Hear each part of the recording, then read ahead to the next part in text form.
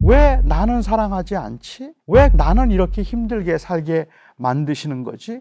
왜 나에겐 안 주시지? 제법 많은 사람들의 경우는 나름대로 열심히 사는데 안 돼요. 정말 최선을 다해서 살고 있는데 억울하다 싶을 만큼 안 돼요. 게을러서 아닙니다. 그렇게 잘 안 되는 경우에 세상 사람들은 그냥 실패라고 말을 하죠. 하지만 하나님의 눈으로 우리가 우리의 인생을 보기 시작한다면 무엇보다 확실히 해야 할 것 있습니다. 영이신 하나님께서는 돈이 필요한 분이 아닙니다. 어떤 분들은 간혹 질문합니다. 꼭 제가 다니는 교회에 헌금해야 하나요? 헌금과 하나님의 복은 인과관계가 아니다. 그러나 성경은 말하고 있다. 가장 친한 친구의 불행 속에는 기분 나쁘지 않은 무엇이 있다. 정말 이상한 일이긴 한데 그런 요소들이 있어요. 이게 질투라고도 볼 수 있겠는데 저 사람이 누리고 있는 행복이 왜 내게 아니지? 그런 질투심이 일어나죠. 돈이 있으면 무역에 투자하여라. 여러 날 뒤에 너는 이윤을 남길 것이다. 이 세상에서 내가 무슨 재난을 만날지 모르니 투자할 때는 7이나 8로 나누어 하여라. 이렇게 되어 있습니다. 야, 역시 성경은 분산 투자를 오래전부터 말씀하고 있었어. 분산 투자 원칙을 지키면서 투자하는 것이 성경적인 투자 원리야 라고 누군가 주장한다면 성장한 교회에서 어렵지 않게 들을 수 있는 기도가 하나님께서 우리를 특별히 사랑해 주셔서 교회를 부흥시켜 주셔서 감사합니다라고 말하면 왜 나는 사랑하지 않지? 왜 나는 이렇게 힘들게 살게 만드시는 거지? 왜 나에겐 안 주시지? 제법 많은 사람들의 경우는 나름대로 열심히 사는데 안 돼요. 정말 최선을 다해서 살고 있는데 억울하다 싶을 만큼 안 돼요. 게을러서 아닙니다. 그렇게 잘 안 되는 경우에 세상 사람들은 그냥 실패라고 말을 하죠. 하지만 하나님의 눈으로 우리가 우리의 인생을 보기 시작한다면 하나님께서는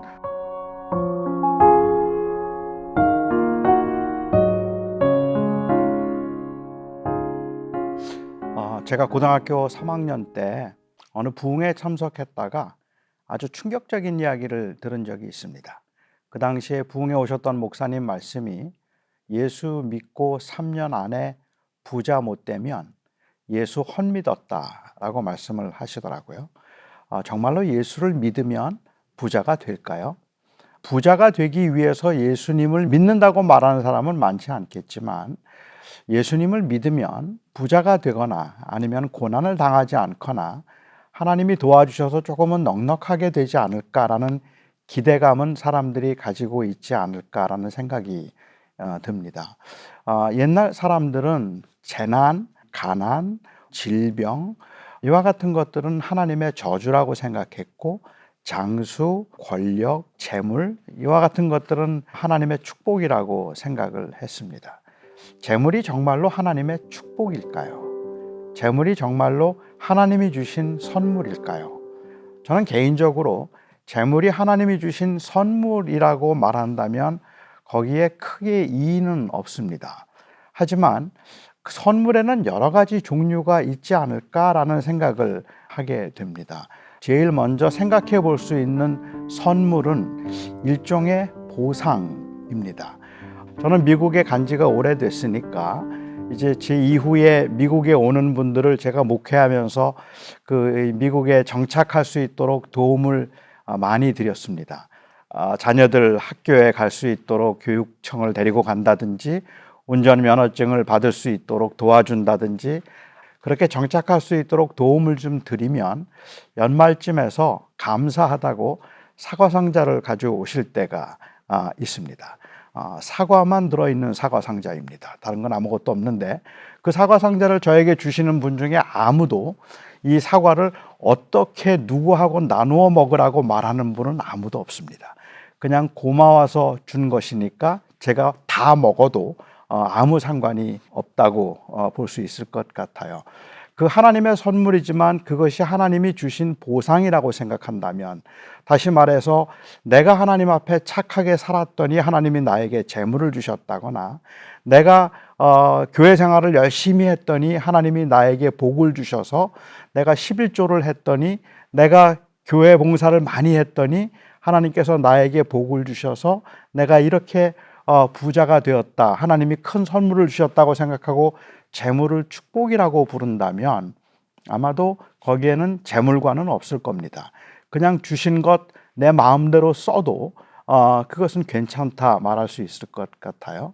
선물의 종류로 두 번째 생각해 볼 수 있는 선물의 종류는 사랑의 표현입니다. 그 사랑하는 사람에게 사랑을 표현하기 위해서 때로는 선물을 주기도 하죠. 제가 나이가 이제는 60이 훨씬 넘었지만 제 생일날이 되면 지금도 80이 넘으신 저희 어머님이 저에게 선물을 하십니다. 만일 생일 선물이 보상이라면 당연히 선물은 제 생일날 제가 저희 어머님께 해드리는 게 맞습니다. 하지만 저는 저희 어머님에게 선물 받기를 좋아하고 저희 아이들에게 제 생일날 선물 받는 것을 좋아하는 이유는 바로 그것이 사랑의 표현이기 때문에 그런 거겠죠. 처음 미국에 갔을 때 70년대만 하더라도 경제적으로 우리 조국도 많이 어려울 때였기 때문에 미국에 온 분들은 그 당시에 미국에 올 수 있었던 것이 굉장한 기회였다고 생각을 했었습니다. 그렇기 때문에 그 당시 이민교회, 70년대 이민교회에서 어렵지 않게 들을 수 있었던 기도의 내용들이 지금 한국은 경제적으로 아직 어렵고 그리고 아프리카에는 굶어 죽는 사람들이 많은데 하나님께서 우리를 특별히 사랑하셔서 이 젖과 꿀이 흐르는 기회의 나라 미국으로 보내주셔서 감사합니다라는 기도를 우리는 어렵지 않게 들을 수 있었습니다. 근데 그때 청년이었던 저의 경우 그 기도를 들으면서 그 당시에도 마음에 좀 불편함이 느껴졌던 이유는 하나님이 특별히 사랑하셔서 우리들을 미국에 보내셨다면 그러면 한국에 있는 분들이나 혹은 아프리카에 있는 분들이 그 기도를 듣는다면 무슨 생각을 할까라는 생각을 했었어요. 무슨 마음이 들까라는 생각이 들기도 했던 거죠. 하나님이 왜 특별히 사랑하셨을까? 저는 하나님의 사랑에 의해서 모든 게 주어진다는 건 인정하겠지만 그걸 특별한 사랑이라고 부를 수 있겠는가?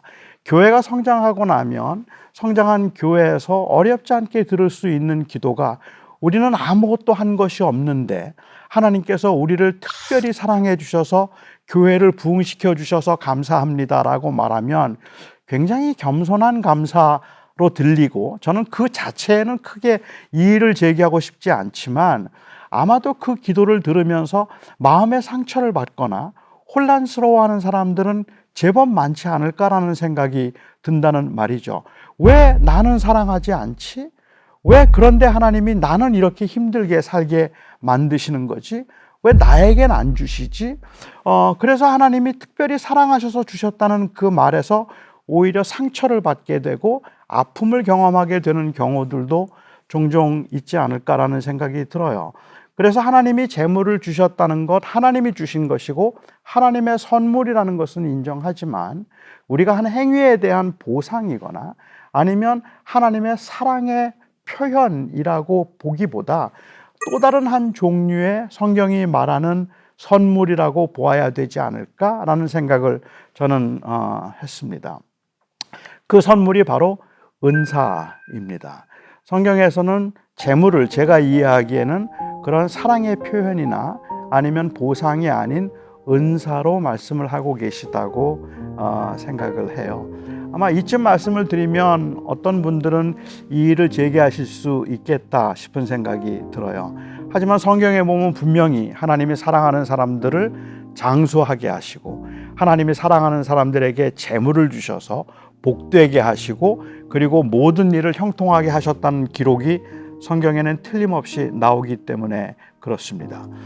그런데 저는 성경을 읽을 때 그 성경을 조금 구속사적으로 읽어야 되지 않을까라는 생각이 들었습니다. 그러니까 구약에 나오는 말씀들이 예수 그리스도를 통해서 신약에서 어떻게 완성되어 가고 있는가 하는 것이 굉장히 중요하지 않을까라는 생각을 한 겁니다. 구약에서는 제사가 굉장히 중요했습니다. 이 제사를 통해서 하나님께 가까이 갈 수 있었고 그래서 하나님은 제사법을 아주 상세하게 가르쳐 주기도 하셨죠. 경건과 거룩을 보여줄 수 있는 이 제사가 예수 그리스도를 통해서 완성이 되었습니다. 그렇기 때문에 신약 시대의 성도들은 더 이상은 구약에서 가르치는 대로 제사를 하지 않습니다. 그것은 제사가 폐지됐다는 의미가 아니라 제사의 원래의 의미가 완성되었다는 의미라고 볼 수 있을 것 같아요. 두 번째 생각해 볼 수 있는 개념이 바로 성전이 아닐까 하는 생각이 듭니다. 이스라엘 백성들이 출애굽하고 난 이후에 광야에서 생활하는 동안에 하나님께서는 성막을 짓도록 하셨습니다. 그 성막이 상징했던 바는 하나님의 임재입니다. 나는 네 하나님이 되고 너는 내 백성이 되어서 내가 항상 너와 함께 하겠다라는 그 상징이 바로 이 성막이었죠. 그리고 이스라엘 백성들이 마침내 가나안에 정착하고 난 다음에 그들은 이제 성전을 짓게 됩니다. 이 성전의 의미 역시도 하나님이 그들 가운데 계시다는 의미입니다. 하나님이 그들 가운데 계셔서 그들이 하나님의 백성이고 하나님이 그들의 하나님임을 보여주는 것이 바로 성전이었습니다. 따라서 이스라엘 백성들이 바벨론의 포로로 잡혀간다든지 피난을 갔다가 돌아오게 되면 가장 먼저 해야 했던 일이 성전을 증축하는 일이었습니다. 성전을 다시 세우는 그 일이 왜 중요했는가 하면 그것은 바로 하나님이 다시 그들에게로 돌아오신다는 의미이고 그리고 그들이 다시 하나님께로 돌아간다는 의미이기 때문에 성전은 구약에서는 굉장히 중요한 개념이죠. 그런데 요한복음에 보면 예수님께서 그 성전에 관해서 말씀하시기를 저 성전을 헐라 내가 사흘 동안에 다시 일으키겠다라고 말씀을 하셨고 요한은 여기에 대해서 이 카멘트를 달아서 말하기를 이는 예수 그리스도께서 당신의 육체를 가리켜 말씀하신 것이다 라고 이야기를 하셨습니다. 예수님이 바로 성전이 되셨다는 말입니다. 그래서 예수님의 이름이 임마누엘, 하나님이 우리와 함께 하신다. 따라서 이제는 신약 시대는 더 이상은 하나님이 계시는 그리고 하나님의 임재를 보여주는 성전을 짓지 않습니다. 예배당을 짓겠죠. 그 성전의 개념은 예수 그리스도를 통해서 완성되었기 때문에 이제는 예수 그리스도가 계신 곳이 바로 성전이고 예수 그리스도와 함께하는 사람들이 바로 성전이 되어서 바울은 이것을 조금 더 발전시켜서 성령이 너희 안에 거하시면 즉 그리스도의 영이 너희 안에 거하시면 너희가 하나님의 성전인 것을 알지 못하느냐라고 말씀하셔서 그리스도가 함께하는 자들이 바로 성전이 되었다라고 말씀을 하고 계십니다. 저는 또 다른 하나의 그 완성된 개념이 바로 재물이라고 생각합니다.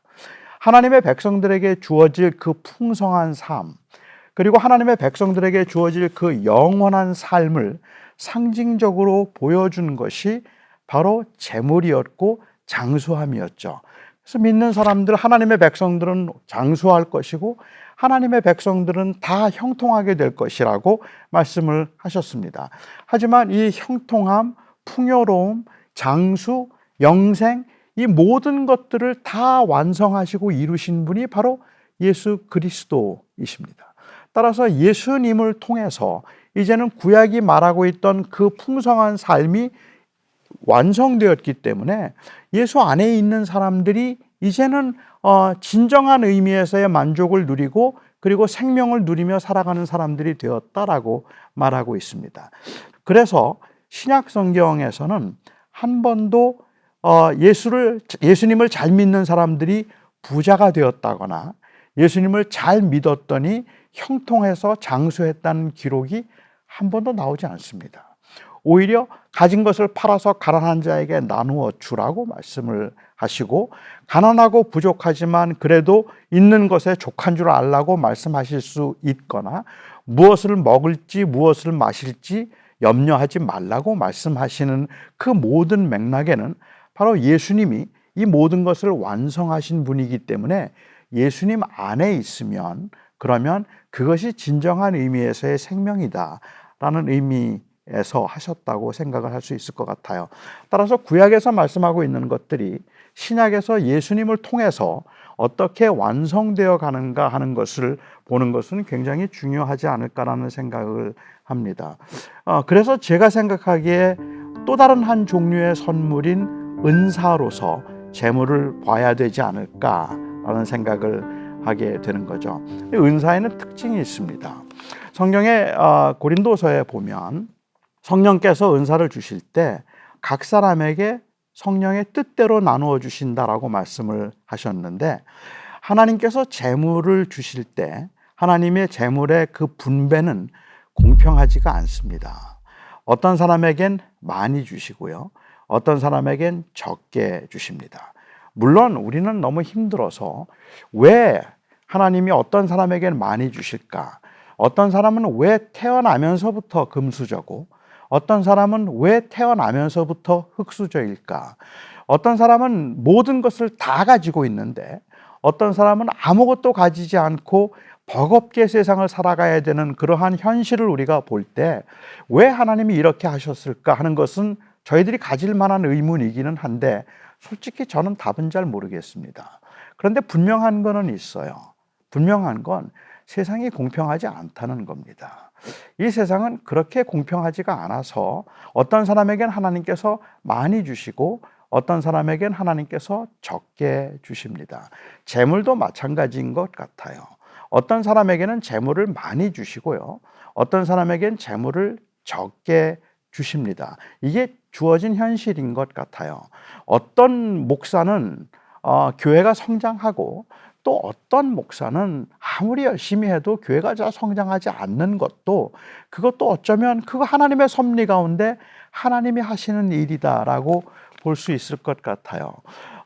그게 주어진 사실이라면 그 은사의 두 번째 특징은 무엇인가 하면, 성경에서는 은사를 주셨을 때 너희는 더욱 큰 은사를 사모하라 라고 말씀을 하셨습니다. 고린도서 12장에도 보면 원래는 복수입니다. 너희는 더욱 큰 은사들을 사모하라. 그리고 난 다음에 고린도전서 13장에 사랑장이 나오기 때문에 사람들은 일반적으로 생각할 때 은사 중에 제일 큰 은사가 사랑이라고 생각을 하죠. 하지만 사랑은 은사가 아닙니다. 오히려 여기서 더욱 큰 은사들을 사모하라고 말씀하신 건 더 큰 은사들이 있어서 그 은사들을 사모하라는 그러한 의미에서 하신 말씀이라고 보기는 어렵겠다는 생각을 합니다.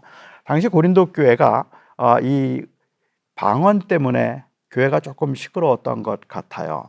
그러니까 방언의 은사를 받은 사람들이 있었고 방언의 은사를 받지 못한 사람들이 있었습니다. 바울은 오히려 그 방언의 은사로 인하여서 교회가 어려워지거나 힘들어지는 모습을 보면서 그 고린도전서 12장의 끝부분에서 그렇게 말씀하시죠. 다 선지자겠느냐? 다 교사겠느냐? 다 능력 행하는 자겠느냐? 다 방언하는 자겠느냐? 다 통역하는 자겠느냐? 아니라는 말이죠. 하나님이 각자에게 주신 게 다르다는 말이겠죠. 그런즉 너희는 더욱 큰 은사들을 사모하라. 내가 너희에게 제일 좋은 길을 보이리라. 그리고 난 다음에 그 유명한 고린도전서 13장 말씀을 하십니다. 사람이 천사의 말을 한다 할지라도 사랑이 없으면 울리는 꽹과리가 되고, 사람이 산을 옮길 만한 믿음이 있다 할지라도 사랑이 없으면 그건 아무것도 아니다라고 말씀하시죠. 그러니까 여기서 사도 바울께서 대조하고 계시는 것은 믿음과 방언이 아닙니다. 어떤 게 더 크냐 이런 이야기를 하고 계시는 것이 아니라 오히려 사랑이 없는 방언과 사랑이 있는 방언을 대조하시고, 사랑이 있는 믿음과 사랑이 없는 믿음을 대조하고 계시는 것이죠. 그러니까 사람이 천사의 말을 한다 할지라도 사랑이 없다면 그건 아무것도 아니에요.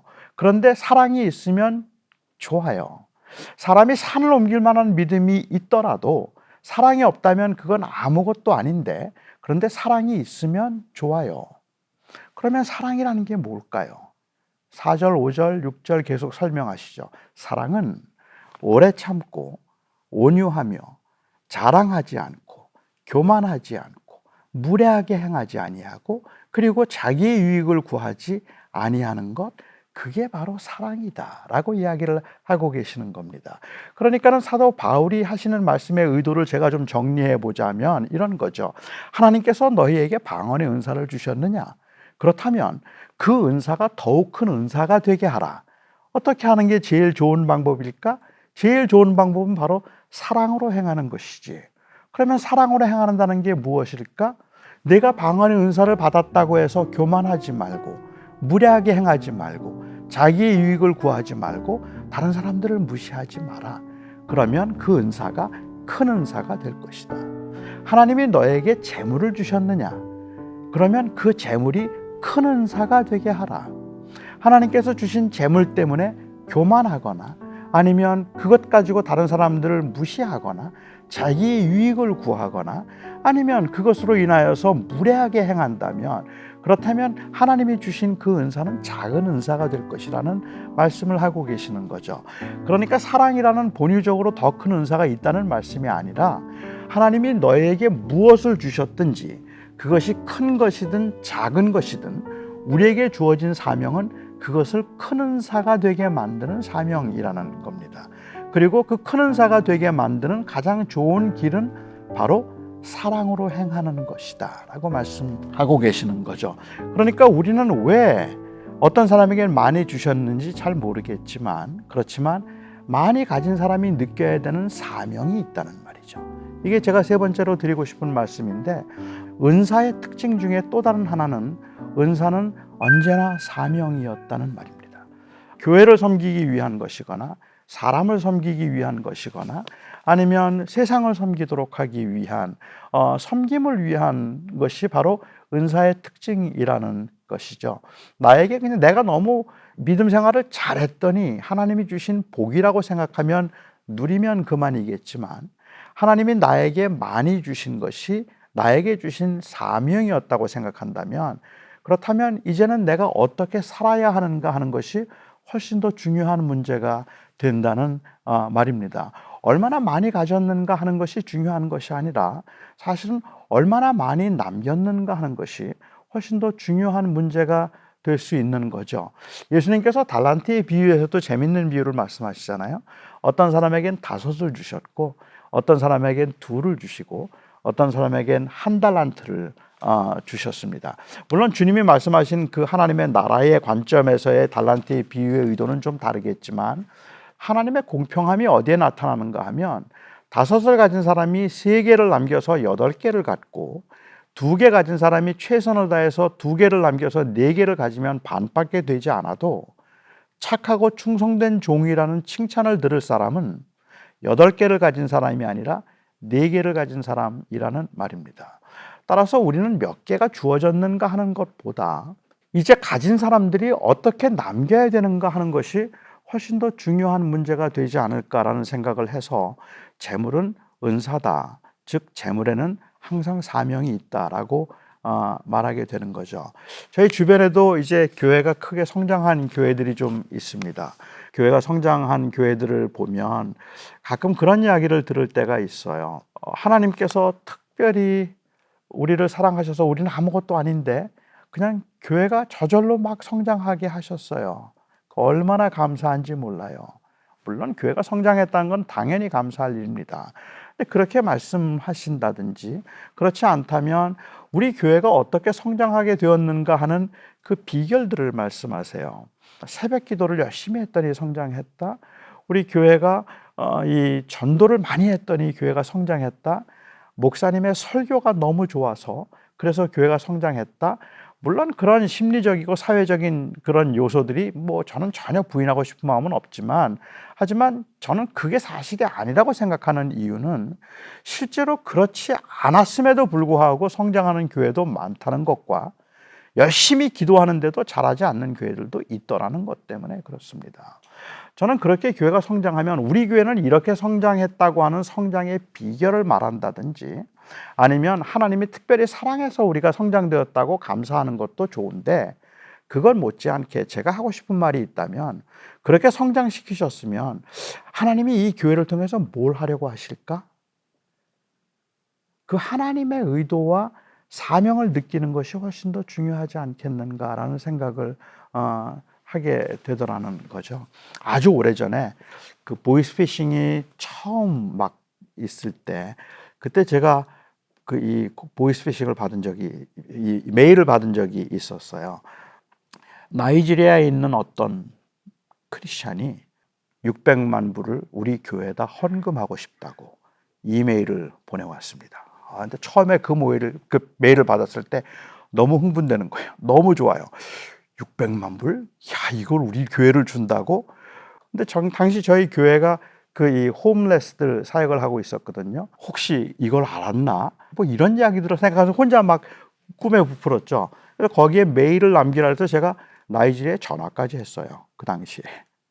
그리고 했더니 뭐 은행 어카운트를 알려주면 돈을 보내겠다 그래서 제가 이제 보이스피싱인 줄 알고 끝내긴 했는데, 아무튼 그렇게 해서 해프닝으로 끝나긴 했는데요. 그때 제가 문득 든 생각이 있었습니다. 그게 진짜였다면 어땠을까? 600만 불을 저희를 주는 거예요.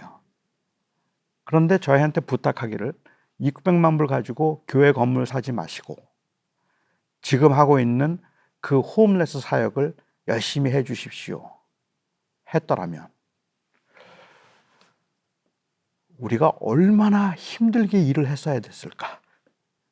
그 사역이 얼마나 정말 다 힘에 지치도록 엄청난 일을 해야 되는 것들이잖아요.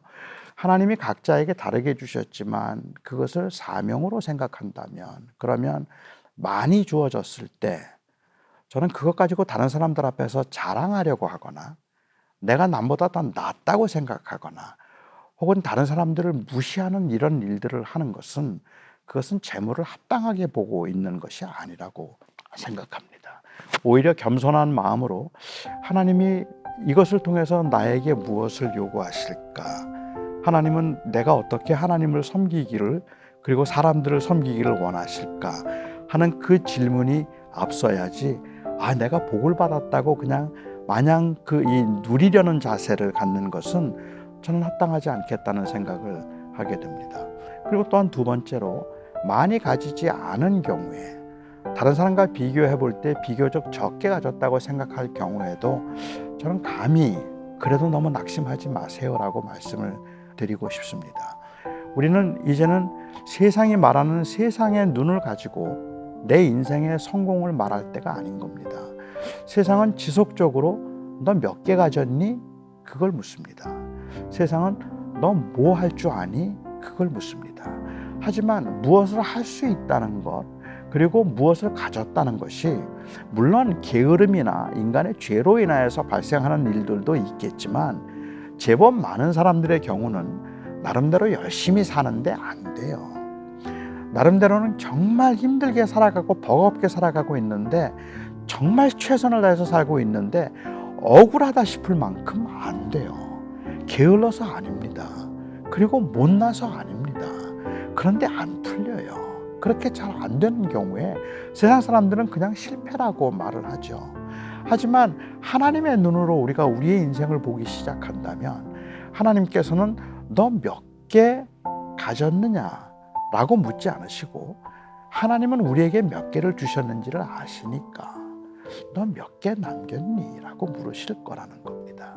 그렇다면 우리는 재물이 많고 적음이 우리 살아가는 삶의 현장에서는 굉장히 중요하고 필요한 일이기는 하지만, 우리가 그리스도인으로서 극복해 보려고 하고 그것을 뛰어넘으려고 하고 믿음으로 살려고 애를 써야 되는 그 한 부분 중에 하나가 있다면, 재물의 자금으로 인하여서 낙심하지 않는 것이고 재물의 많음으로 인하여서 교만하지 않는 것입니다. 그것이 적든 많든 사명으로 생각할 수 있어서 어떻게 내가 하나님을 기쁘시게 하는 제자로 살아낼 수 있을까 하는 것을 고민한, 그것이 우리에게 주어진 마땅한 사명이겠다 생각합니다.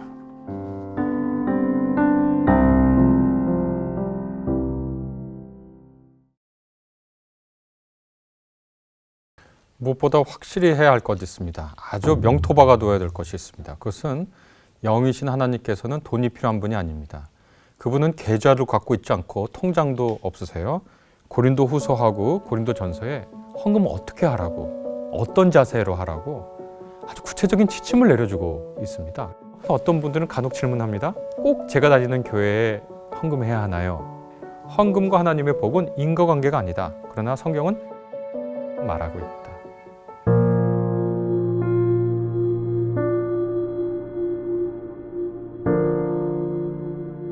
무엇보다 확실히 해야 할 것이 있습니다. 아주 명토박아 둬야 될 것이 있습니다. 그것은 영이신 하나님께서는 돈이 필요한 분이 아닙니다. 그분은 계좌를 갖고 있지 않고 통장도 없으세요. 돈이 필요한 사람은 우리입니다. 그런데 우리가 하나님께 헌금을 한다고 하고 또 하나님을 위해서 예물을 드린다고 할 때 이것이 뭘 의미하는지 우리가 잘 살펴보아야 합니다. 고린도 후서 9장 13절에 보면 이런 말씀이 있는데요. 여러분의 이 봉사의 결과로 그들은 하나님께 영광을 돌릴 것입니다.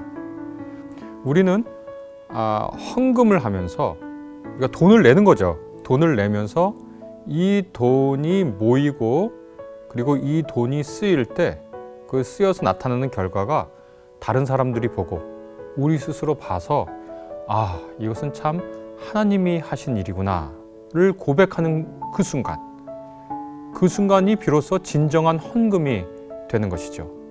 말을 정리하면 우리의 모금과 그 모금을 통한 사용이 하나님의 이름을 드높이는 일이 됐다. 하나님이 우리에게 명령하신 일을 수행하는 일이 됐다. 그래서 그 일로 하나님의 이름이 영광을 받게 됐다. 그러면 비로소 그때 헌금이 되었다라고 얘기할 수 있겠습니다. 헌금 또 모금에 관해서는 구약과 신약을 다 살펴보면요. 가장 강조해서 말한 분이 누구냐면 바로 사도 바울입니다. 사도 바울은 로마서, 고린도 전서, 고린도 후서, 갈라디아서에서 상당히 많은 양의 자료를 남기고 있습니다. 바울은 여러 단어를 통해서 이 모금을 부르는데 저는 크게 세 가지 단어가 눈에 띕니다. 첫 번째는 뭐냐면 바울은 이 모금을 코이노니아라고 부릅니다.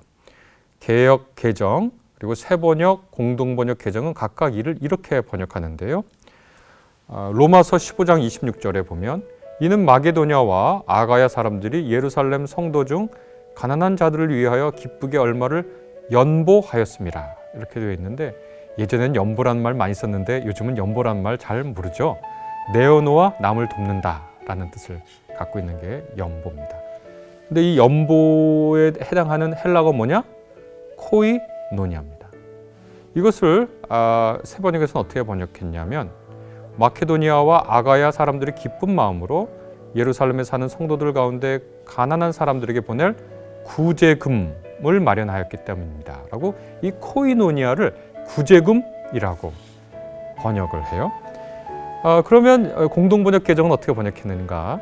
예루살렘에 있는 가난한 성도들에게 그 다음에 참 재밌게 번역해요. 같은 교우로서 정을 나누려고 기쁜 마음으로 보낸 것입니다. 그래서 코이노니아를 어떻게 번역한 걸까요? 같은 교우로서 정을 나누는 행위라고 번역한 거예요.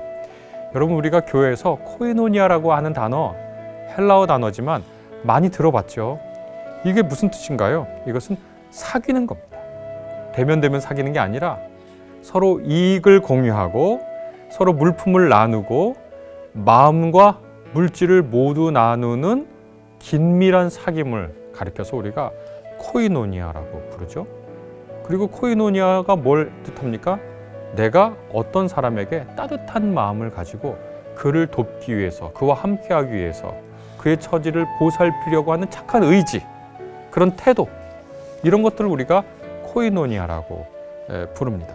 그리고 이러한 자기의 선한 마음, 도우려고 하는 의지, 또 깊은 사귐의 증거물, 이런 것들을 코이노니아라고 부르는데 헌금은 무엇인가? 바울은 헌금에 가장 중요한 걸 하나 얘기합니다. 뭐냐면 어려움에 처한 형제 자매들과 깊은 연대와 사귐을 가능하게 해준 것으로서의 헌금을 얘기합니다.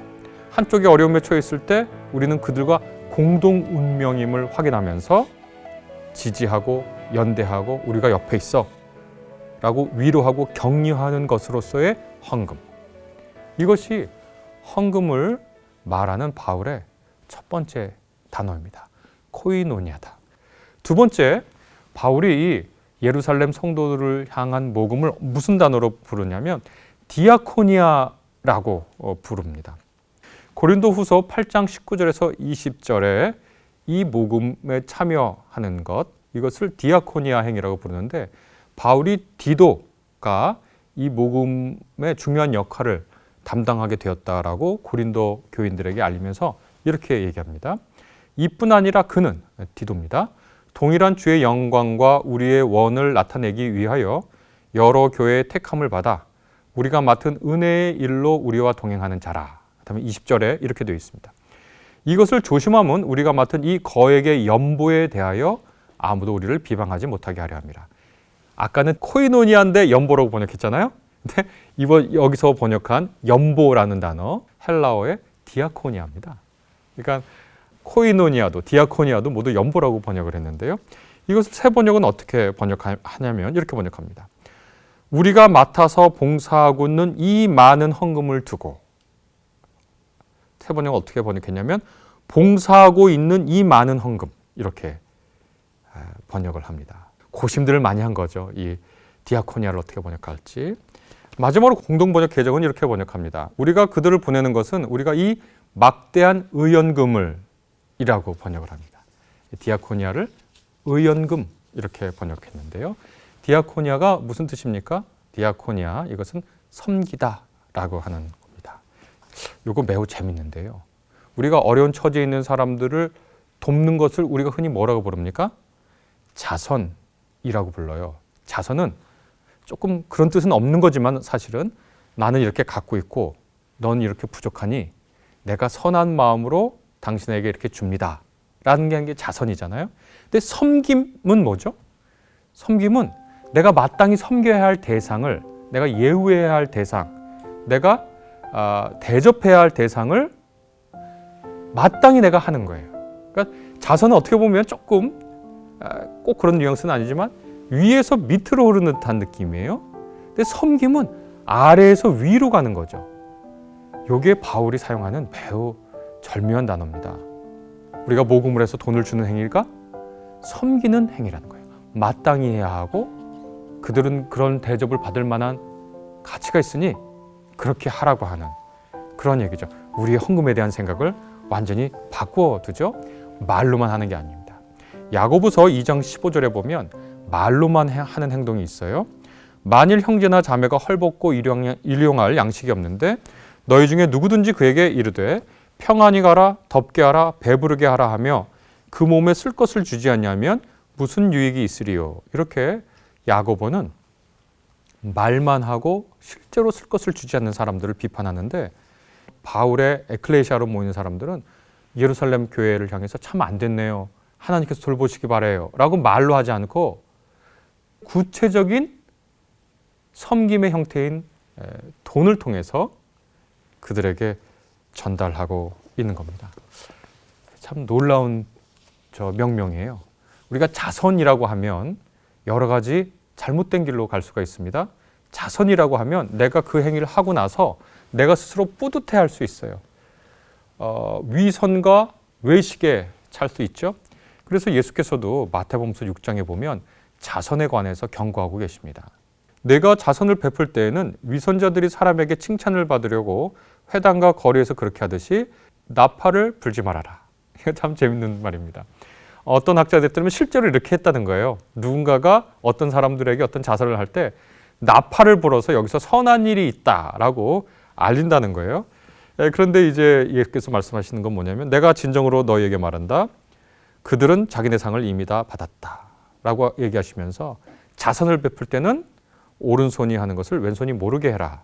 이렇게 자선을 은밀하게 하라고 촉구를 하시잖아요. 그런데 지금 바울이 예루살렘 성도들을 위해서 고린도 교인들에게 모금하라고 하는 이 행위는 자선이라고 불리지 않고 섬김이라고 부른다. 이것이 헌금의 두 번째 정신입니다. 첫 번째 정신은 깊은 코이노니아, 두 번째는 섬김입니다. 그리고 이 섬김은 바로 예수께서 마가복음 10장 45절에서 나는 섬김을 받으러 온 것이 아니라 섬기러 왔다 할 때 그 단어하고 같은 단어입니다. 무슨 말입니까? 이렇게 섬기는 것이 성도의 신앙의 매우 핵심에 속해 있다라고 얘기할 수 있겠습니다. 또 마지막으로요, 카리스라고 말합니다. 카리스라는 건 무슨 뜻인가? 카리스는 기본적으로 은혜라고 하는 뜻이거든요. 고린도 후서 8장 4절에 보면 요 세 단어, 코이노니아, 디아코니아, 그 다음에 카리스라는 단어가 세 가지가 모두 함께 쓰였는데요. 이렇게 개역, 새번역, 공동번역 개정은 이렇게 번역합니다. 이 은혜와 성도 섬기는 일에 참여함에 대하여 우리에게 간절히 구하니, 이렇게 되어 있는데 이 은혜가 카리스고요. 성도 섬기는 일, 이것은 디아코니아고요. 참여함, 코이노니아입니다. 그걸 그렇게 번역했는데 새 번역은 그들은 성도들을 구제하는 특권에 동참하게 해달라고, 이렇게 새 번역은 번역했습니다. 카리스를 뭐라고 번역했냐? 은혜라고 우리가 흔히 얘기하는 것을 새 번역은 특권이라고 번역했습니다. 마지막으로 공동번역 개정은 이렇게 번역합니다. 성도들을 구제하는 일에 참여하는 특전을 달라고. 특전이 여기서 카리스입니다. 참 재밌습니다. 은혜를 받아서 그 받은 은혜를 다시 베푸는 일을 특권 혹은 특전이라 번역해야 마땅하다라고 학자들이 생각한 겁니다. 물론 우리나라 번역하는 분들만 이렇게 번역한 거 아닙니다. 영어 성경을 읽든요, 아니면 다른 외국어 성경을 읽어도 카리스를 특권, 특전이라고 번역한 사례가 있습니다. 카리스라고 하는 거, 이것은 뭐냐? 고린도 후서 8장 첫부터 보면 하나님의 은혜, 곧 카리스에 마케도니아 교인들이 반응한 것을 바로 이 모금행위라고 바울이 얘기합니다. 자신들이 받은, 하나님께로 받은 그 카리스를 예루살렘 교인들을 위해 나누는 행동, 그것이 카리스의 행동입니다. 주 예수 그리스도께서 베푼 카리스를 받아서 누리는 사람은 그 카리스에 감동해서 다른 사람들 향해서도 그렇게 행동하는데 그것이 바로 카리스라고 부릅니다. 그러니까 특권, 특전이라고 불러도 좋은 번역 같아요. 저는 하나님에게 은혜 받은 사람입니다를 알리는 특권이니까요. 내가 그 행동을 하는 것이. 이런 카리스의 확장, 하나님이 인간을 향한 카리스가 성공했고 하나님의 은혜가 점점 퍼져나간다라고 하는 것인데요.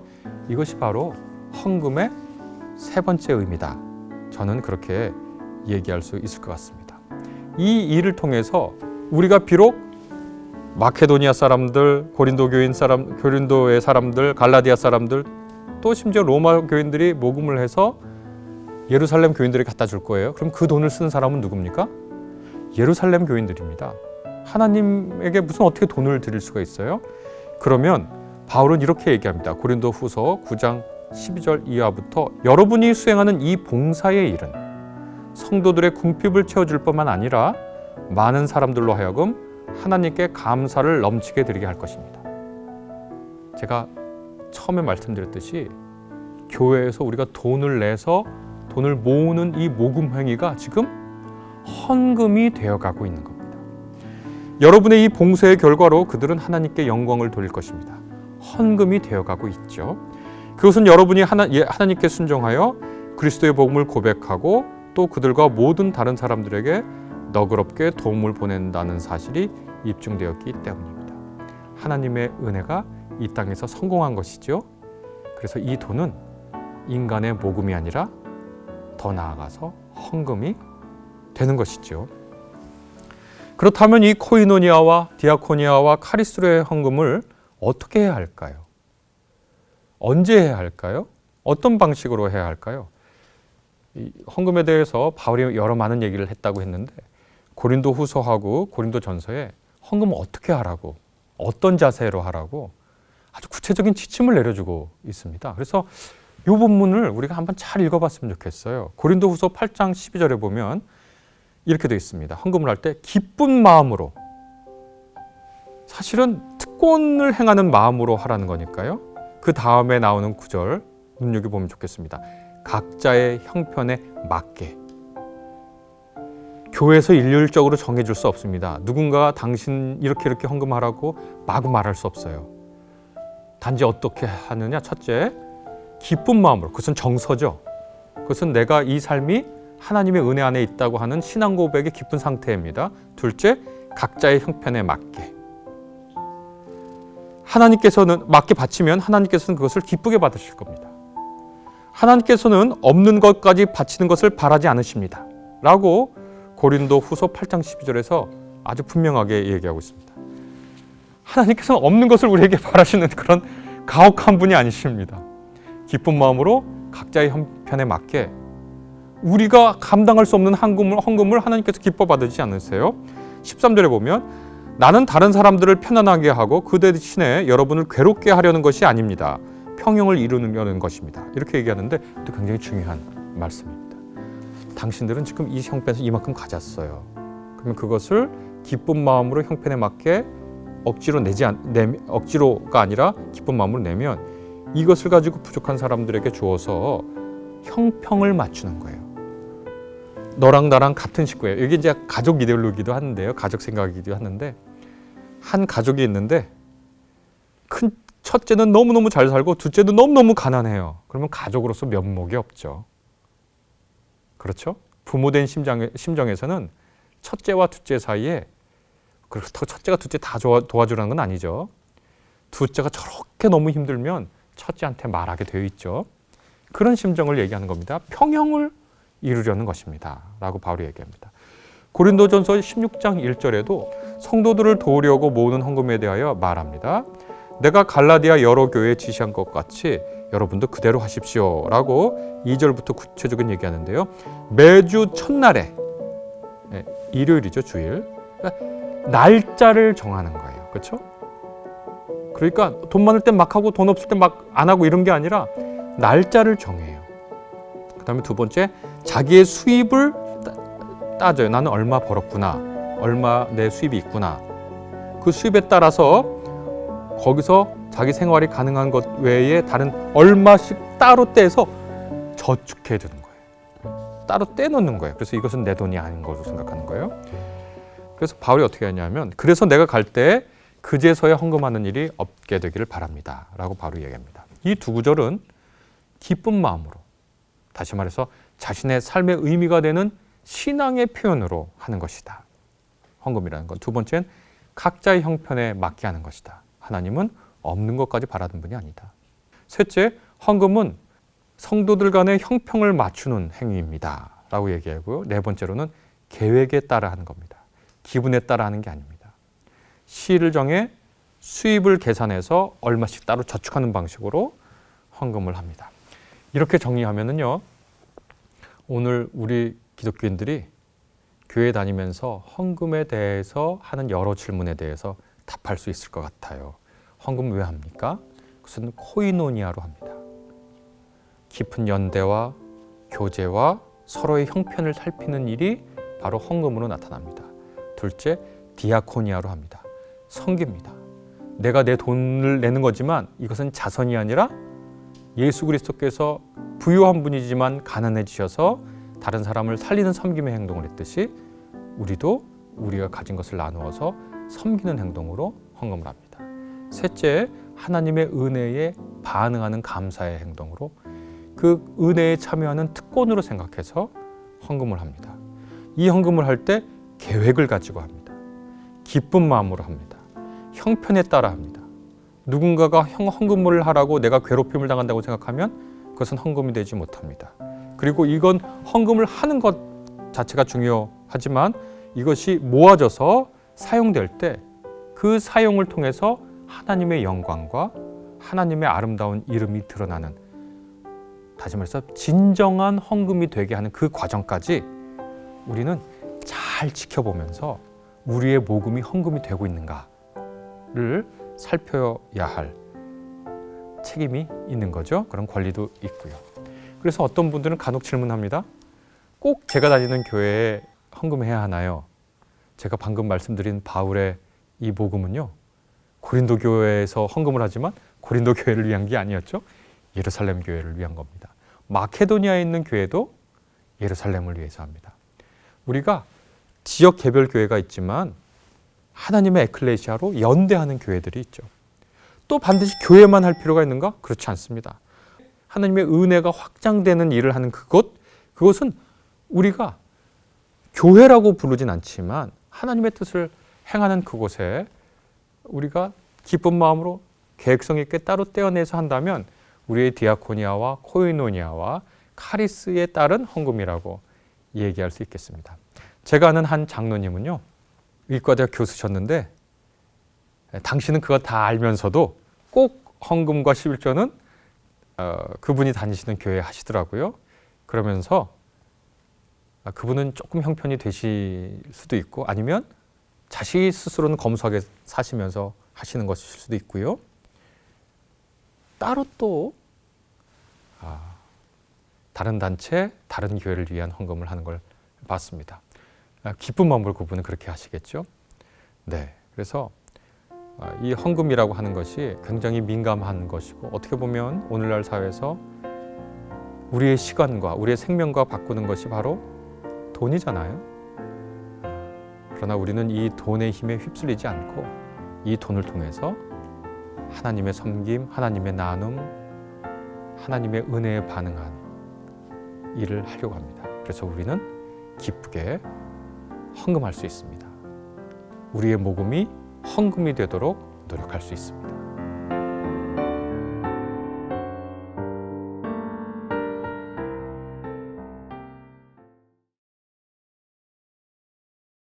어, 11조는 우리가 자기 소득이나 재산의 10분의 1을 하나님께 바친다라고 하는 것으로 알고 있죠. 그래서 우리가 소득이 있으면 거기서 10분의 1을 떼서 헌금을 하죠. 11조 헌금을 합니다.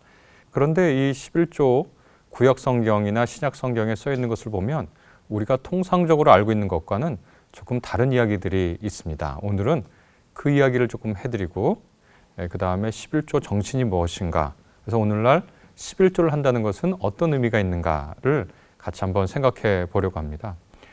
다소 외겠지만 우리 한국교회에서 11조를 강조하는 것만큼 성경에는 11조에 관한 얘기가 많지는 않습니다. 가장 먼저 11조에 대한 얘기가 나온 것은 창세기인데요. 창세기 14장 20절에 아브라함이 전투를 치르고 그리고 그 후에 멜기세덱이라고 하는 하나님을 섬기는 제사장을 만나게 되는데요. 바로 그 멜기세덱에 자신의 재산의 10분의 1을 드리는 장면이 나옵니다. 또 창세기 28장에 보면 야곱이 베델이라고 하는 곳에서 하나님께 11조를 서약합니다. 이 장면에서 드러나는 11조의 의미와 정신은 이런 것입니다. 자신의 삶과 자신의 재산이 자기의 능력과 자기 노력의 결과가 아닙니다 라고 하는 고백입니다. 다시 말해서 11조는 하나님께서 내 삶과 내 재산의 주인이시다 라고 하는 것의 고백으로 11조를 일종의 증거로 이렇게 드리는 것이 창세기에 나온 최초의 11조의 모습입니다. 오늘날 우리 교회가 생각할 수 있는 11조 정신이겠죠. 그러면 이제 문제가 생기는데요. 혹은 질문이 생기는데요. 지금 우리가 11조를 누구에게 하고 또 누가 받고 이것을 어떻게 사용해야 하는가, 그리고 그 사용의 정신이 무엇인가에 대한 논의를 할 수밖에 없을 겁니다. 왜냐하면 하나님은 돈이 필요하신 분이 아니죠. 그분은 영이신 분이기 때문에 그분은 먹을 것이 필요한 분이 아닙니다. 집이 필요한 분도 아니죠. 그분은 입을 옷이 필요할 분도 아닙니다. 그러니까 그분에게 우리가 11조를 드린다고 해봐야 그분이 필요한 게 없어요. 저는 이게 굉장히 중요한 말이라고 생각하는데 하나님은 11조가 필요하지 않으세요. 필요한 존재는 사람입니다. 하나님이 필요한 게 아니라 사람이 11조가 필요하죠. 왜냐하면 하나님의 뜻과 정신을 구현하기 위해서 11조가 필요한 거죠. 저는 이 11조의 정신을 구약 성경 전체적으로 따져보면 세 가지 정신이 있다고 생각하는데요. 첫 번째는 헌신을 향한 11조 혹은 헌신하는 사람을 위한 11조라고 말씀드릴 수 있을 것 같습니다.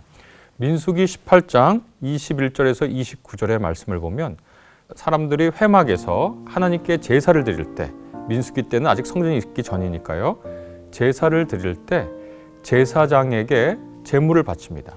그러면 제사장이 그 제물을 관리하고 그 제물을 통해서 제사장은 자기의 삶을 이어나갑니다. 하나님께 바칠 제물은 드리고요, 그 나머지 제물의 나머지를 가지고 자기의 삶을 이어나가죠. 대신 제사장, 그리고 제사장을 도와서 회막이나 성전에서 같이 일하는 레위 자손들은 땅을 유업으로 받지 못합니다. 땅이 자기의 생산수단으로 주어지지 않아요. 오로지 하나님께 헌신한 사람으로서 살아가게 되는데, 바로 그런 사람들을 위해서 이 재물의 일부가 사용되는 거죠. 레위에 대해서도 마찬가지입니다. 나는 레위 자손에게는 이스라엘 안에서 바치는 열의 하나를 모두 그들이 받을 유산으로 준다. 이것은 그들이 회막일을 거두는 것에 대한 보수이다. 이렇게 되어 있습니다.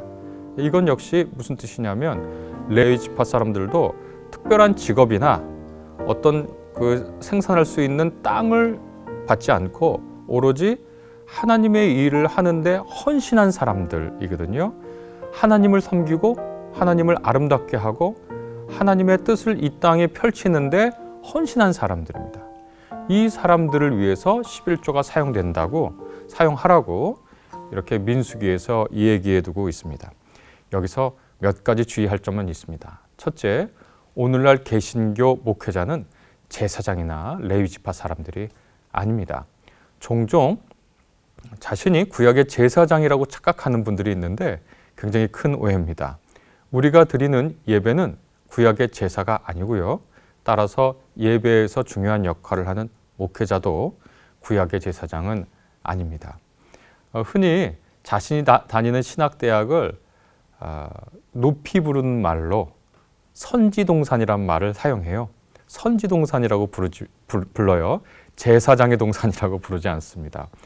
오늘날의 개신교 목회자는 제사장이나 레위 지파 사람들이 아니다. 그러면 헌신한 사람들을 위한 11조, 이것은 누가 헌신한 사람들일까요? 하나님께. 그것은 바로 하나님께서 중요하게 생각하시는 가치의 공적 영역이죠. 공공 영역이죠. 여기에 헌신하는 사람들이 바로 오늘날의 의미로 볼 때 하나님께 헌신한 사람들이고, 그들을 위해 11조를 사용할 수 있을 겁니다.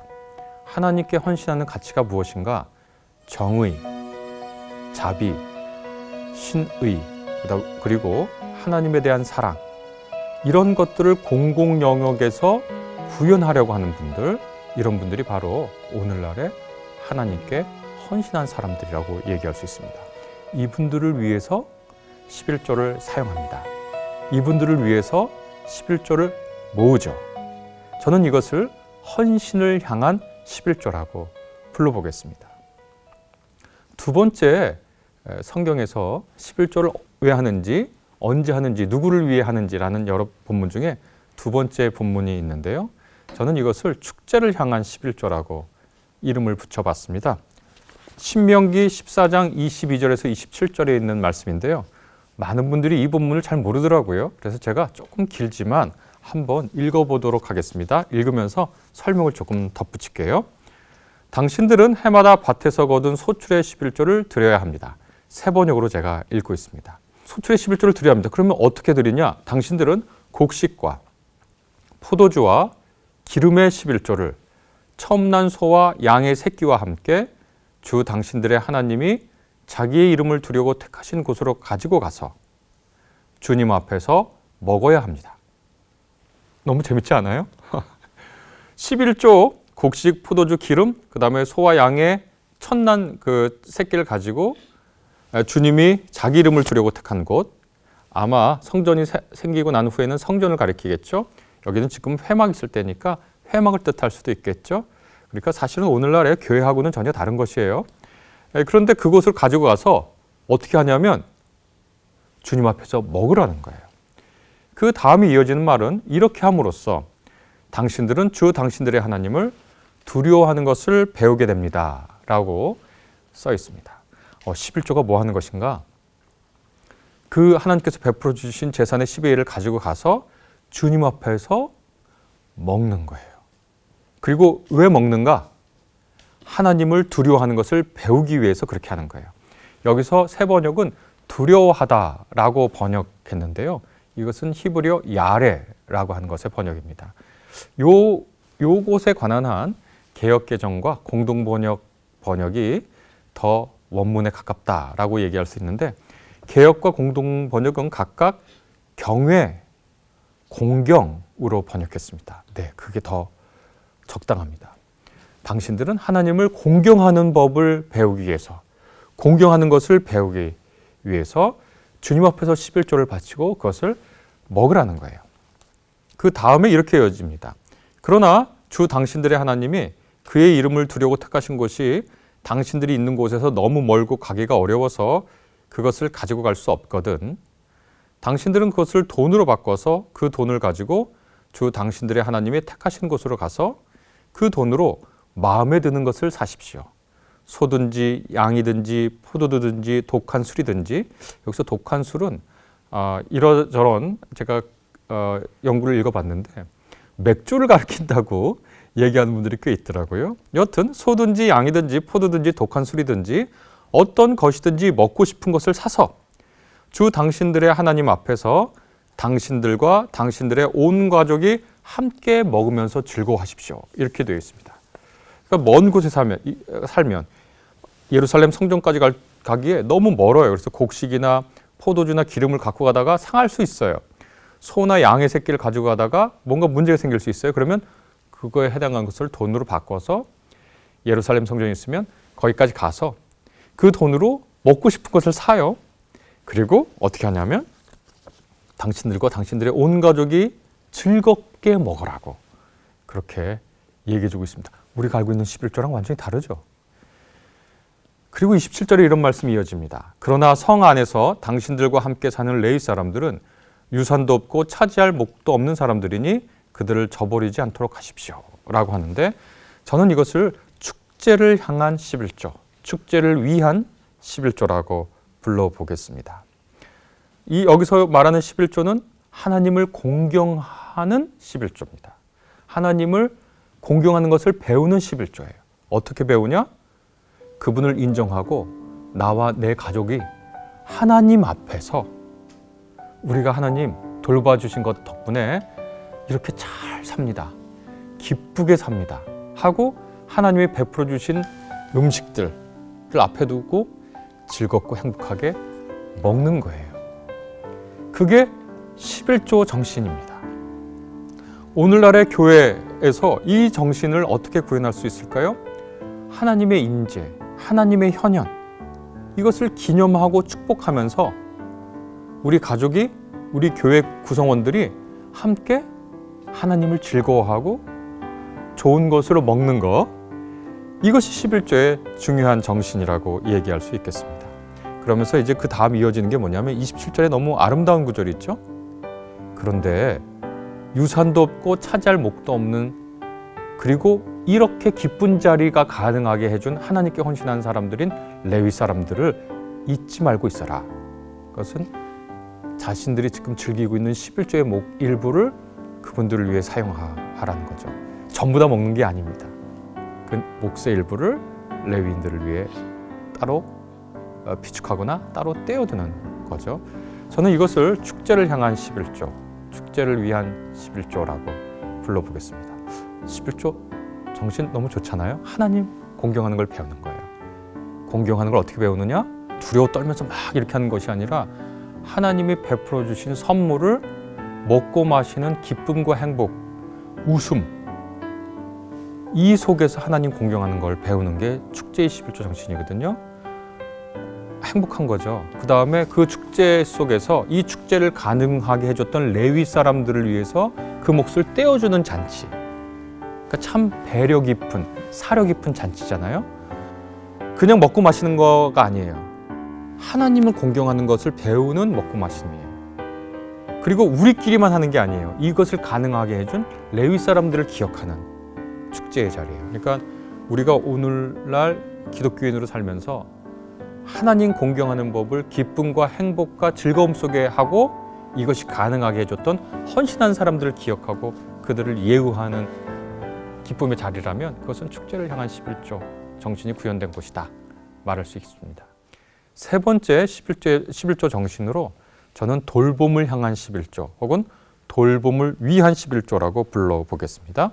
이것은 신명기 14장 28절에서 29절에 있는 말씀인데요. 3년마다 걷는 11조에 관한 겁니다. 여기에 이렇게 써 있습니다. 당신들은 매 3년 끝에 그 해에 난 소출의 11조를 다 모아서 성 안에 저장해 두었다가 당신들이 사는 성 안에 유산도 없고 차지할 목도 없는 레위 사람들이나 떠돌이나 고아나 과부들이 와서 배불리 먹게 하십시오. 그러면 주 당신들의 하나님은 당신들이 경영하는 모든 일에 복을 내려 주실 것입니다. 이렇게 얘기합니다. 레위 사람들에 대해서는 이미 얘기했습니다. 여기서 떠돌이라고 번역한 이분들은 다른 성경 번역에서는 외국인이라고도 번역했는데요. 오늘날 우리에게 다가오는 말로 번역하라 그러면 저는 난민이라는 말을 택하겠습니다. 경제적인 난민이든 정치적인 난민이든 난민은 남의 땅에 가서 살게 된 사람입니다. 남의 땅에 가서 살게 됐다는 건 뭐냐면 권리가 없다는 거예요. 권리가 없다는 것은 옆에 있는 이웃들과 분쟁이 났을 때 법적 보호를 받지 못하는 사람들이라는 겁니다. 나쁜 의미의 취해법권에 있는 사람들입니다. 이 사람들은 그러니까 비난할 수밖에 없죠. 어려울 수밖에 없어요. 11조 정신은 뭐냐? 이렇게 권리가 박탈당한 사람들, 어려운 처지에 놓여 있는 이 사람들이 바로 11조를 통해서 돌봄을 받아야 하는 사람들이라는 겁니다. 그 다음에 이어지는 고아와 과부, 대표적으로 구약 성서에서 경제적 약자를 의미하는 사람들이었습니다. 바로 이 사람들을 기억하고 이 사람들을 성 안에서 배불리 먹게 하는 것, 기뻐하게 하는 것, 바로 이것이 11조의 정신입니다. 그래서 이어지는 게 성 안에 사는 그들을 다 불러 모아 배불리 먹게 해라. 이런 구절이 있는데 저는 이것이 돌봄을 향한 11조라고 이름 붙일 수 있을 것 같고요. 어려운 사람을 돕는 것, 이것이 바로 신앙의 핵심에 속하는 일이고 11조의 핵심에 속하는 것이다. 이렇게 얘기할 수 있겠습니다. 그래서 11조를 얘기해라. 새 정신을 구현하는 것이다. 우리가 헌금을 하고 제산의 10의 1을 바쳐서 하나님의 가치를 위해서 헌신한 사람들을 위한 11조. 축제를 향한 11조. 하나님 공경하는 법을 배우고 그 공경 속에서 우리 삶에 허락된 하나님의 은혜를 축제로서 기뻐하는 사람들을 위한 11조.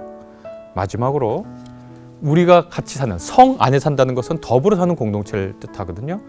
거기서 권리를 잃은 사람들, 고통을 당하는 사람들, 사회에서 소외된 사람들을 돌보고 그들을 배불리 먹이게 하는 11조. 이 세 가지 11조 정신을 오늘날 한국교회가 잘 생각해야 된다. 이렇게 생각하고 나면요, 참 11조 기쁜 마음으로 할 수 있을 것 같습니다. 문제는 우리가 11조 하는 이 11조를 어떻게 이 정신에 따라 과연 사용할 것인가에 달려있겠죠. 예수께서는 이 11조가 오용된 것을 굉장히 걱정하십니다. 이 11조가 이렇게 좋은 정신이지만 인간은 굉장히 좋은 것을 나쁜 것으로 타락시키는 그런 일들을 종종 해왔잖아요. 11조도 마찬가지입니다. 하나님께서 말라기야하고 또 아모스에서 이 11조에 대해서 사람들이 저지르고 있는 잘못 두 가지를 각각 지적하시는데요. 아모스에서는 이 11조의 근본 정신을 잊어버린 채 11조 하기를 즐겨하는 사람들이 있었습니다. 그 11조를 통해서 이득을 얻는 사람들이겠죠. 어떤 이득이냐? 나는 이렇게 11조를 많이 한다고 자기의 위신을 높이는 사람들. 또 하나는 그 11조를 자기의 몫으로 돌릴 수 있는 사람들. 이런 사람들이 11조를 사흘마다 한다라고 이렇게 아주 자랑하고 떠들지만 아모스서 4장 1절부터 5절에는 하나님께서 그것을 고발하시고 꾸짖으십니다. 너희는 베델로 몰려가서 죄를 지어라. 길갈로 들어가서 더욱더 죄를 지어라. 아침마다 희생 제물을 바치고 사흘마다 11조를 바쳐보아라. 이게 다 죄라는 거예요. 하나님의 정신에 어긋난 11조 이렇게 바치는 건 죄라는 거예요. 그 다음에 이렇게 말씀하십니다. 이스라엘 자손아, 바로 이런 것들이 너희가 좋아하는 것 아니냐. 그러면서 하나님께서 이렇게 말씀하십니다. 내가 너희가 사는 모든 성읍에서 끼니거리를 남기지 않고 너희가 사는 모든 곳에서 먹거리가 떨어지게 하겠다. 그런데도 너희는 나에게 돌아오지 않았다. 이렇게 질책하시죠. 말라기에서도요, 그런 잘못들을 꾸짖으시는데 말라기 선지자 입을 통해서 11조의 정신도 11조도 하지 않는 그 세태를 비판하십니다. 예수님은 마태복음서와 누가복음서에서 바로 이 아모스와 말라기, 이 예언자들의 두 비판 정신을 있습니다. 마태복음 23장 23절에서 예수께서는 이렇게 말씀하십니다. 율법학자들과 바리새파 사람들아, 위선자들아, 너희에게 화가 있다. 너희는 박하와 회양과 근처의 11조는 드리면서, 사실 이것은 11조 대상이 아니죠. 우리가 이미 읽어봤듯이 곡식과 기름과 포도주가 11조 대상이에요. 그런데 이런 채소류는, 그리고 이 향신료류는 11조를 굳이 바칠 필요가 없는데 그것들을 드리면서 정의와 자비와 신의와 같은 율법의 더 중요한 요소들은 버렸다라고 비판하십니다. 11조는 하지만 11조의 정신을 버린 거죠. 그러면요, 11조가 다 무력화된 겁니다. 정의란 무엇이죠? 그것은 사람들 간의 올바른 관계입니다. 한 사람이 다른 사람을 착취하지 않는 거죠. 각 사람에게 올바른 몫을 주는 거예요. 자비는 뭡니까? 굳이 요청하지 않아도, 굳이 말하지 않아도 다른 사람의 처지를 살펴보는 겁니다. 어머니가 갓난 아기의 상태를 살펴서 요청하지 않아도, 울지 않아도 기저귀도 보고 배고프지 않는지 보고 어디 짓 무르지 않는지 살펴보는 것처럼 우리가 다른 사람의 처지를 살펴보는 그 마음이 자비거든요. 신의라고 하는 것은 뭡니까? 서로가 서로에게 진실한 태도를 갖는 겁니다. 이런 것을 버리면서, 이런 것을 하지 않으면서 11조만 한다? 그것은 11조 정신에 반대되는 일을 하면서 11조라고 하는 자기의 의만 세우는 일이 되겠죠. 예수께서 그것을 비판하십니다. 누가복음 11장 42절에 보면 마태복음서에 있는 말과 유사한 말을 하시는데요. 너희 바리새파 사람들에게 화가 있다. 너희는 박하와 운양과 온갖 채소의 11조는 바치면서 정의와 하나님께 대한 사랑은 소홀히 한다. 그런 것들도 반드시 행해야 하지만 이런 것들도 소홀히 하지 않았어야 하였다. 이렇게 말씀하십니다. 예수께서는 11조 정신과 11조를 행하는 것 말씀하시고, 또한 정의, 자비, 신의, 그리고 누가복음서에서는 하나님을 향한 사랑을 실천하라고 말씀하십니다. 11조를 통해서 실천할 수 있는 것들이겠죠. 하나님을 향한 사랑이 뭐죠? 하나님을 사랑한다는 게 뭔가요? 여러 가지 중에 하나는 하나님이 사랑하는 것을 우리도 사랑하는 거죠.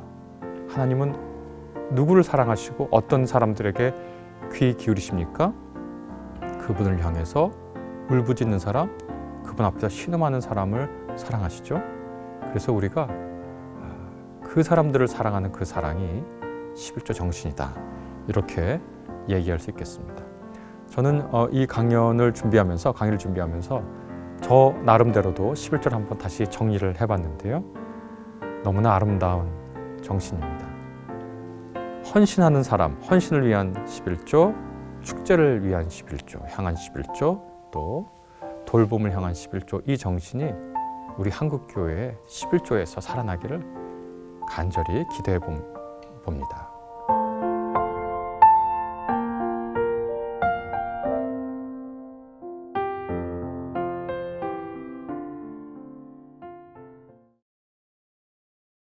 일단 자립교회, 그 다음에 목회하시는 분들, 목사님, 전도사님들 중에 최저임금을 못 받는 분들이 대다수입니다. 한국교회에. 자립하지도 못하고 경제적으로.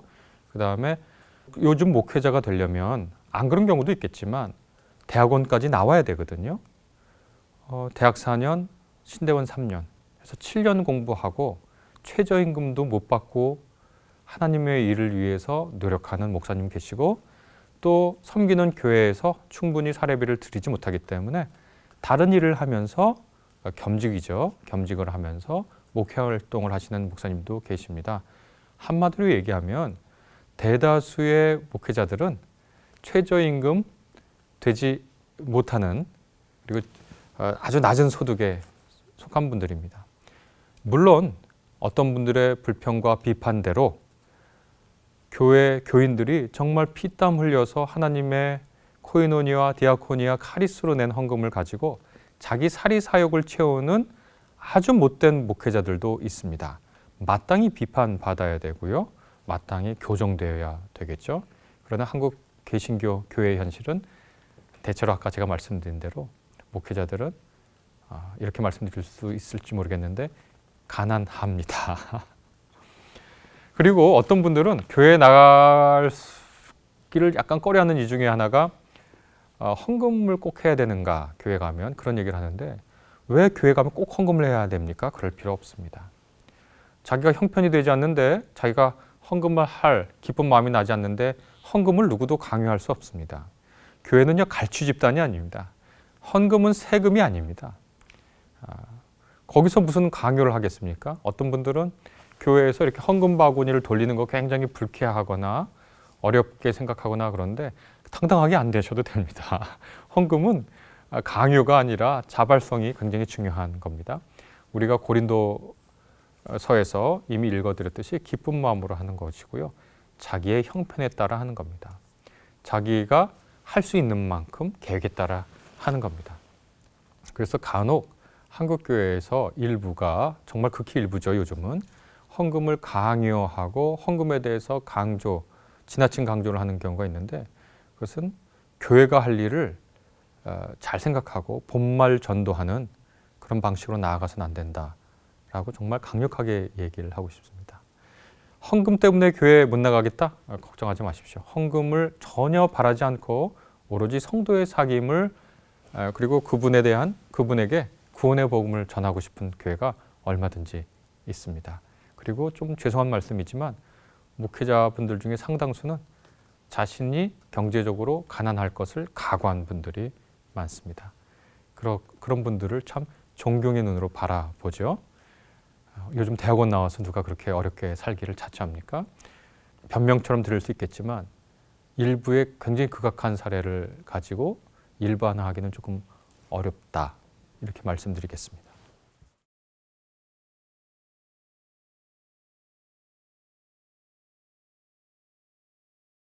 그거 중요한 질문인데 저도 그거 준비했는데 얘기를 안 했네요. 그것을 이렇게 부를 수 있을 것 같아요. 율법주의적 11조에 관한 생각, 이렇게 부를 수 있을 것 같아요. 내가 버는 모든 돈, 한 오라기까지 다 11조의 대상이냐? 제가 아까 마태복음 23장 23절 은용했듯이 박하와 회양과 또 온갖 채소, 풀들의 11조, 그 11조 대상이 아니에요. 그러니까 기름, 포도주, 곡식, 가축들, 이것이 11조에 주로 보는 거거든요. 그러면 그래서 용돈 받은 거, 이런 것들 11조 대상이 아니냐?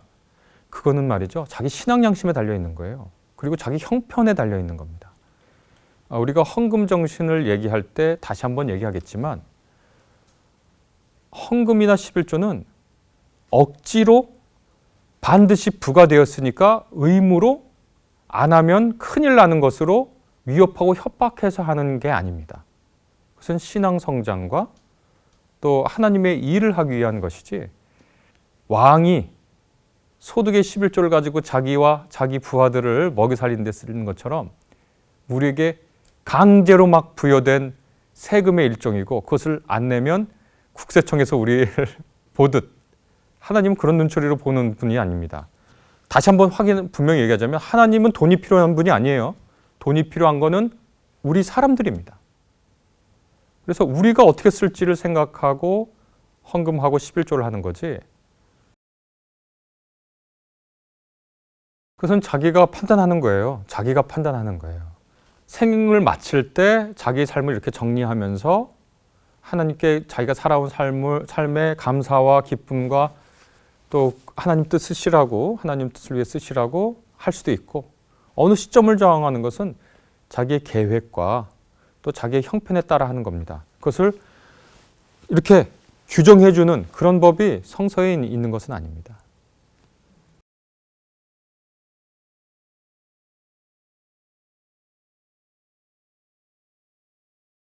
헌금을 복의 통로라고 말씀하시는 분이 있는데 가장 중요하게 생각할 건 뭐냐면 하나님은 자판기가 아닌 거예요. 하나님은 적립식 펀드도 아닙니다. 하나님의 복은 하나님이 복 내리실 사람에게 복을 내리시고 하나님께서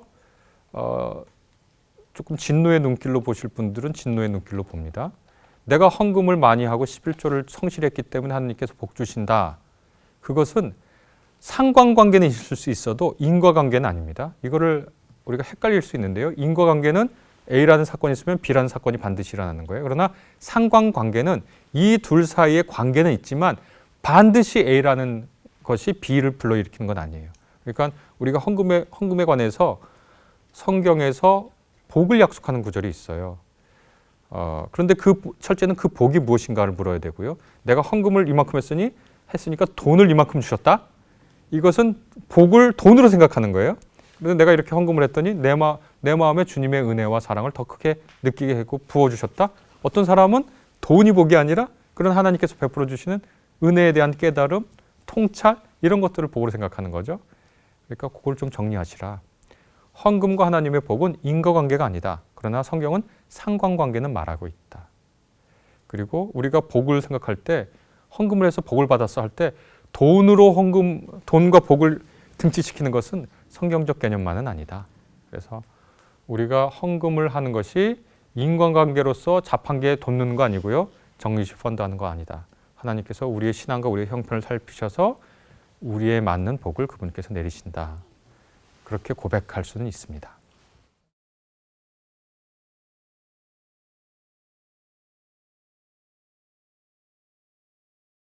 교회가 우리의 신앙을 지켜주고 우리의 신앙의 터전이고 우리의 신앙 공동체이기 때문에 공동체를 위해서 헌금을 사용한다는 것은 마땅한 거거든요. 우리가 집에 살면서 전기세 내고 또 전세 살면 전세금 내고 월세 살면 월세 내는 거 똑같아요. 교회도 집을 갖고 있잖아요. 건물이 있고 거기에 들어가는 비용이 있으니까 거기에 참여하는 사람으로서 그 운영비, 유지비를 헌금의 형태로 낸다. 당연한 거죠.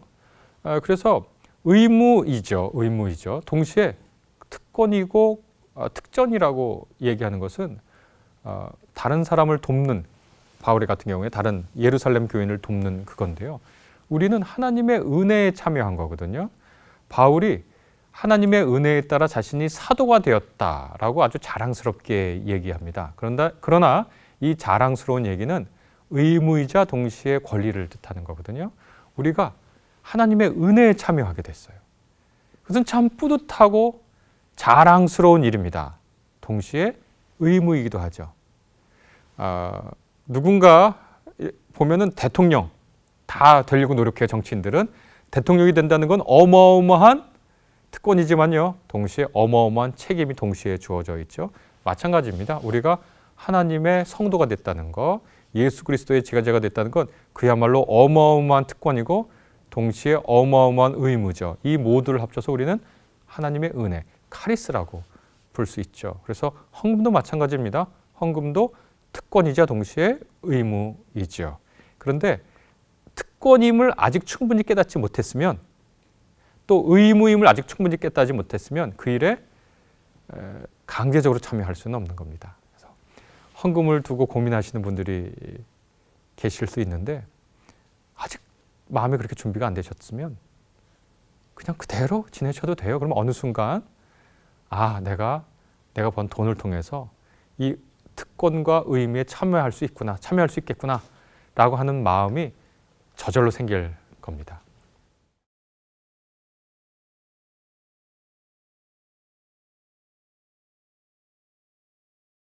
돈이 있으면 무역에 투자하여라.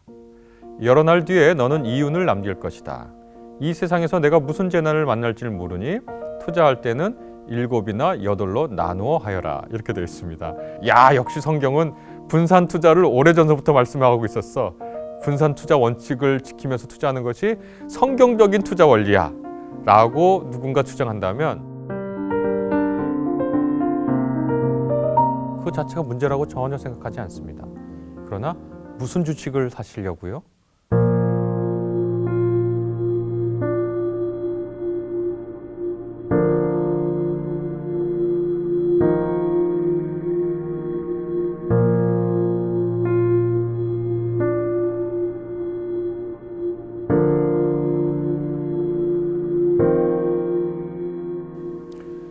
그 얘기, 그 질문 제가 지금까지 여러 질문 많이 받았는데 태어나서 처음부터 받아본 질문 같아요. 크리스찬도 주식 투자해도 되냐? 달란트 비유 얘기도 하시면서요. 난 먼저 말씀드리자면 달란트 비유는 주식 투자나 경제적 번영을 이루어라라고 하는 것과 사실은 별 상관이 없는 비유입니다.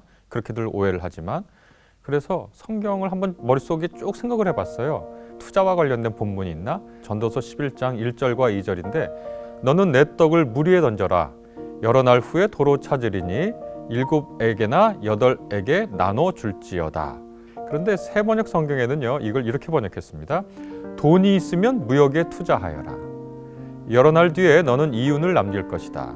이 세상에서 내가 무슨 재난을 만날지를 모르니 투자할 때는 7이나 8로 나누어 하여라. 이렇게 되어 있습니다. 여기에 제3의 번역도 있어요. 내 떡을 물 위에 던져라. 이 얘기가 자선을 의미한다는 해석도 있거든요. 그러면 이 전도서의 이 구조를 보고 역시 성경은 분산 투자를 오래전부터 말씀하고 있었어 라고 누군가 주장한다면 그 말을 제가 틀렸어요 라고 얘기하고 싶진 않지만 성경을 그렇게 읽으면 그렇게 적절하지 않습니다 라고 얘기할 겁니다. 만약에 투자를 하고 싶으면 성경을 읽지 말고 투자에 관련된 책을 읽으시라 얘기할 겁니다. 그것은 물리학을 공부하고 싶으면 물리학책을 읽어야 하는 것과 마찬가지죠. 결국은 이 질문은 어떤 것과 연관되냐면 재물을 어떻게 바라볼 것인가, 소유를 어떻게 바라볼 것인가 하는 문제하고 잇따 있는 거거든요. 주식을 투자한다는 것은 뭐냐면 내가 그 투자를 통해서 이득을 얻고 싶다는 거고 부를 축적하고 싶다는 얘기잖아요, 한마디로. 그러면 부, 소유에 대해서 성경에서 어떻게 말하고 있는지를 우리가 살펴봐야 되는데 한마디로 얘기하면 어떻게 얘기할 수 있겠느냐? 한마디로 얘기할 수 없다는 게 성경 내 부와 재산에 대한 결론입니다. 크게 보면요, 두 가지로 이렇게 나뉩니다. 하나는 부와 소유에 대해서 긍정적인 얘기들이 있고요. 부와 소유에 대해서 부정적인 얘기들이 있습니다. 이 두 얘기가 성경 처음부터 끝까지 계속됩니다. 자, 그러면 부와 소유에 대해서 긍정적으로 말하는 측면을 얘기해 보도록 하겠습니다. 부와 소유를 하나님의 축복으로 보는 견해가 있어요. 출애굽기에서 반복되게 나오는 말씀은 뭐냐면 너희를 인도하셔서 하나님께서 젖과 꿀이 흐르는 땅으로 가게 하겠다. 하나님을 믿고 그분의 인도를 따르고 어려움이 있어도 신앙을 지키는 삶의 결과는 뭐냐면 젖과 꿀이 흐르는 땅으로 가는 거예요. 그러니까 부와 번영과 소유가 있는 곳이죠. 젖과 꿀이 흐르는 땅을 연이어 말씀하시고 그것을 약속하시고 그것이 믿음의 결과로 주어진다고 하면 하나님의 축복으로서 부와 소유를 우리가 볼 수가 있겠죠. 그리고 이 부와 소유는 노동의 대가로서 하나님이 주어주시는 거라고 그렇게 얘기합니다. 잠언 같은 데 보면 그리고 게으른 자, 좀 더 자자, 좀 더 눕자 하면 빈곤이 도둑처럼 온다. 그렇게 되어 있는 걸 보면 노동에 대한 권면을 하고요. 이 노동이 곧 풍요로운 삶의 결실로 이어질 것이다. 그 말을 뒤집으면요. 풍요로운 삶의 결실, 부와 소유를 갖고 있는 사람은 성실히 열심히 살았다는 말이잖아요. 긍정해 주는 거예요. 아, 저 사람 왜 부자야? 그러면 노동을 열심히 하고 하나님이 거기에 복 주셨어. 이렇게 되는 거죠. 그 다음에 마지막으로 부와 소유를 가진 사람들이 가난한 사람들, 소외된 사람들에게 나눠주는 행동을 또 복을 내리십니다. 그러니까 하나님을 신뢰하는 부자들은 자기의 부를 가지고 가난하고 소외되고 어려운 사람들에게 나눠주면 하나님이 그 부자에게 또 복을 내리시고 또 가난한 사람들은 부자를 통해서 그 삶의 필요를 해결한다는 거죠. 요 세 가지 이야기를 모으면 말이죠. 부를 누리고 부를 축적하고 소유를 많이 갖는다는 것은 매우 긍정적인 얘기예요. 어떤 부자가 있는데 그 부자는요, 성실히 노력한 결과고요. 하나님을 잘 믿는 결과예요. 그리고 그 부자가 만약에 자선까지 잘한다. 그러면 하나님의 최고 축복을 받은 사람이겠죠. 이것이 성경의 한면에 내려오는 부와 소유에 대한 긍정적인 생각입니다. 뭐 이런 전통에 서 있는 사람들에게는 주식 투자해도 되나요는 질문거리도 안 되겠죠. 그런데 성경에는 분명히 부에 대해서 경계하는 다른 전통이 있다는 걸 우리가 처음부터 끝까지 있습니다. 부와 소유에 대해서 경계의 눈초리, 경멸하거나 매우 저주하는 이야기가 있다는 것 역시 사실입니다. 부를 우상 숭배로 하나님의 신실한 사람들을 유혹하는 것의 원천으로 봅니다. 구약 성경에 보면 많은 사람들이 야훼 하나님을 떠나서 우상 숭배를 하는데, 바알과 아세라 숭배를 하는데, 바알 아세라 숭배라는 것이 다른 게 아닙니다. 바알 신은 뭐냐? 풍요의 신입니다. 그러니까 성경에는 끊임없이 너희가 풍요를 쫓아서 사랑과 정의를 말씀하시는 하나님을 떠났다, 이렇게 고발하면서 부와 재물이 하나님을 떠나서 우상 숭배를 하게 하는 매우 유혹적인 것으로 나타납니다. 그리고 만몬이라는 것도 등장하는데, 그것이 하나의 우상이 돼서 하나님을 떠나 만몬을 섬기게 하는 그런 것으로도 등장하죠. 예수께서 말씀하십니다. 하나님과 만몬을 동시에 섬길 수 없다. 이렇게 그 사이를 갈라놓으시죠. 그리고 이 부를, 또 부와 소유를요, 부정의의 결과로 말씀하시기도 합니다. 저울추를 똑바로 해라, 이런 얘기가 나오는데, 저울추를 똑바로 하라는 게 뭘까요? 그거 불공정 거래를 타는 거거든요. 누군가의 소유를 잘못된 방식으로 편취하는 여러 가지 제도적 문제들을 얘기하는 거거든요. 그리고 세 번째로는 뭐냐면, 한 청년이 찾아오지 않습니까? 예수님께. 그랬더니 예수님께서 이 청년을 사랑스럽게 보셨어요. 이 청년이 어떻게 해야 영생을 얻겠냐고 물어봤잖아요. 그때 예수께서 모두 다 팔아서 가난한 사람에게 주고 나를 따르라 했더니 이 청년이 아주 슬픈 얼굴을 하고 돌아갔다라고 되어 있습니다. 그때 예수께서 말씀하시죠. 부자가 하늘나라에 들어가기가 참 어렵다. 낙타가 바늘기 들어가는 것만큼 어렵다. 오히려 그것도 더 쉽다. 낙타가 바늘기 들어가는 게, 그렇게 이제 말씀하시죠. 그것은 부에 대한 굉장히 강력한 경고죠. 우리가 부와 소유가 있다면 예수님의 제자가 제대로 될 수 없다는 얘기입니다. 한쪽의 긍정적인 면은 부와 소유와 풍요로움은 하나님의 축복이고, 그것은 정직한 노동의 대가로 얻어질 수 있으며, 그리고 그것을 나누는 부자에게는 더 큰 축복이 임한다는 긍정적인 얘기지만, 반대로는 부와 소유는 우상 숭배이자 우상 숭배로 나아가는 길이며, 이 부와 소유와 재산의 축적은 부정의의 결과고, 그리고 결국 하나님과 예수님을 따르는데 부는 걸림돌이 된다는 이 부정적인 얘기가 성경의 전체에 계속 어떻게 보면 역설적으로 존재하는 것이 성경의 메시지라고 할 수 있겠습니다. 그러니까 부와 소유와 재산에 대한 성경의 메시지는 뭐냐? 한마디로 얘기하면 한마디로 얘기할 수 없다는 겁니다. 이렇게 서로 역설적이고 혼재되어 있어요. 그러나 제가 이것들을 쭉 살펴보면서 몇 가지 결론은 내릴 수 있을 것 같아요. 첫째, 부와 소유에 관한 긍정, 부정 모두 성경에 존재하기 때문에 한쪽 면만 강조하는 건 성경을 왜곡하는 것이다. 어떤 사람에 대해서 얘기할 때요, 그 사람을 공정하게 얘기하는 것은 그 사람의 긍정적인 면과 부정적인 면을 동시에 얘기하는 거예요. 한 사람의 긍정적인 면만 얘기해도 그 사람을 잘못 이해하는 거고, 한 사람의 부정적인 면만 얘기해도 그 사람을 잘못 얘기하는 거예요. 성경은 부와 소유에 대해서 긍정의 면과 부정의 면을 동시에 갖고 있다는 걸 기억해야 됩니다. 그래서 긍정의 면만을 가지고 성경이 이렇게 말해 라고 얘기하면 흔히 말하는 기복주의 신앙이 되는 거고, 늘 비판받는 번영 신앙이 되는 거예요. 우리 하나님은 부자셔. 그래서 우리가 부자가 되기를 원해. 여러분 부자가 되는 어떤 일을 하시더라도 하나님께서 다 도와주셔요 라고 말하는 신학은 부에 대해서 부정적으로 말하는 성경의 본문들을 모두 삭제하고 나서야 가능한 겁니다. 그러나 또 반대로 부와 소유를 모두 우상이라고 얘기하고 우상 숭배로 나가는 길이라고 얘기하고, 부와 소유를 모두 부정의의 결과로 얘기하고, 부와 소유가 모두 예수님의 제자가 될 수 없는 것으로 얘기한다라고 얘기하면, 그것은 부와 소유에 대해서 말하고 있는 다른 측면을 우리가 완전히 삭제하는 것이다. 그러니까 이 두 가지 것이 모두 있다는 것을 우리가 주의 깊게 봐야 한다.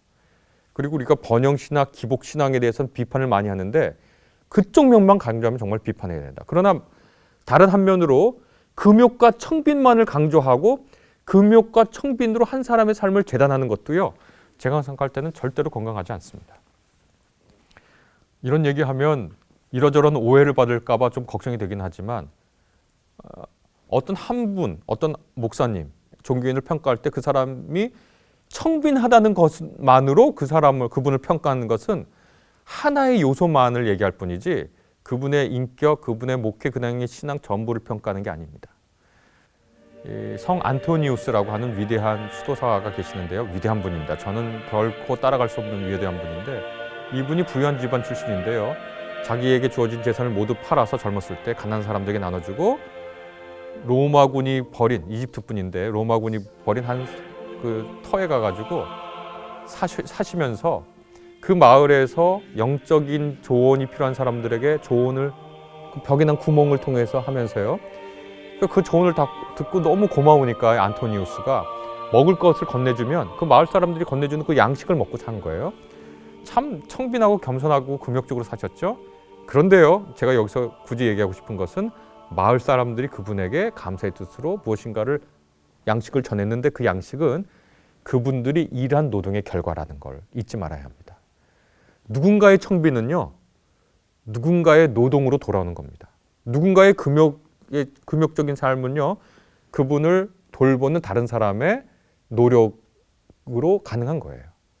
그러니까 누군가의 청빈과 금욕을 가지고 그분의 전체를 판단할 수는 없다. 그렇게 이제 조금 얘기를 해보도록 하겠습니다. 오해는 안 하셨으면 좋겠습니다.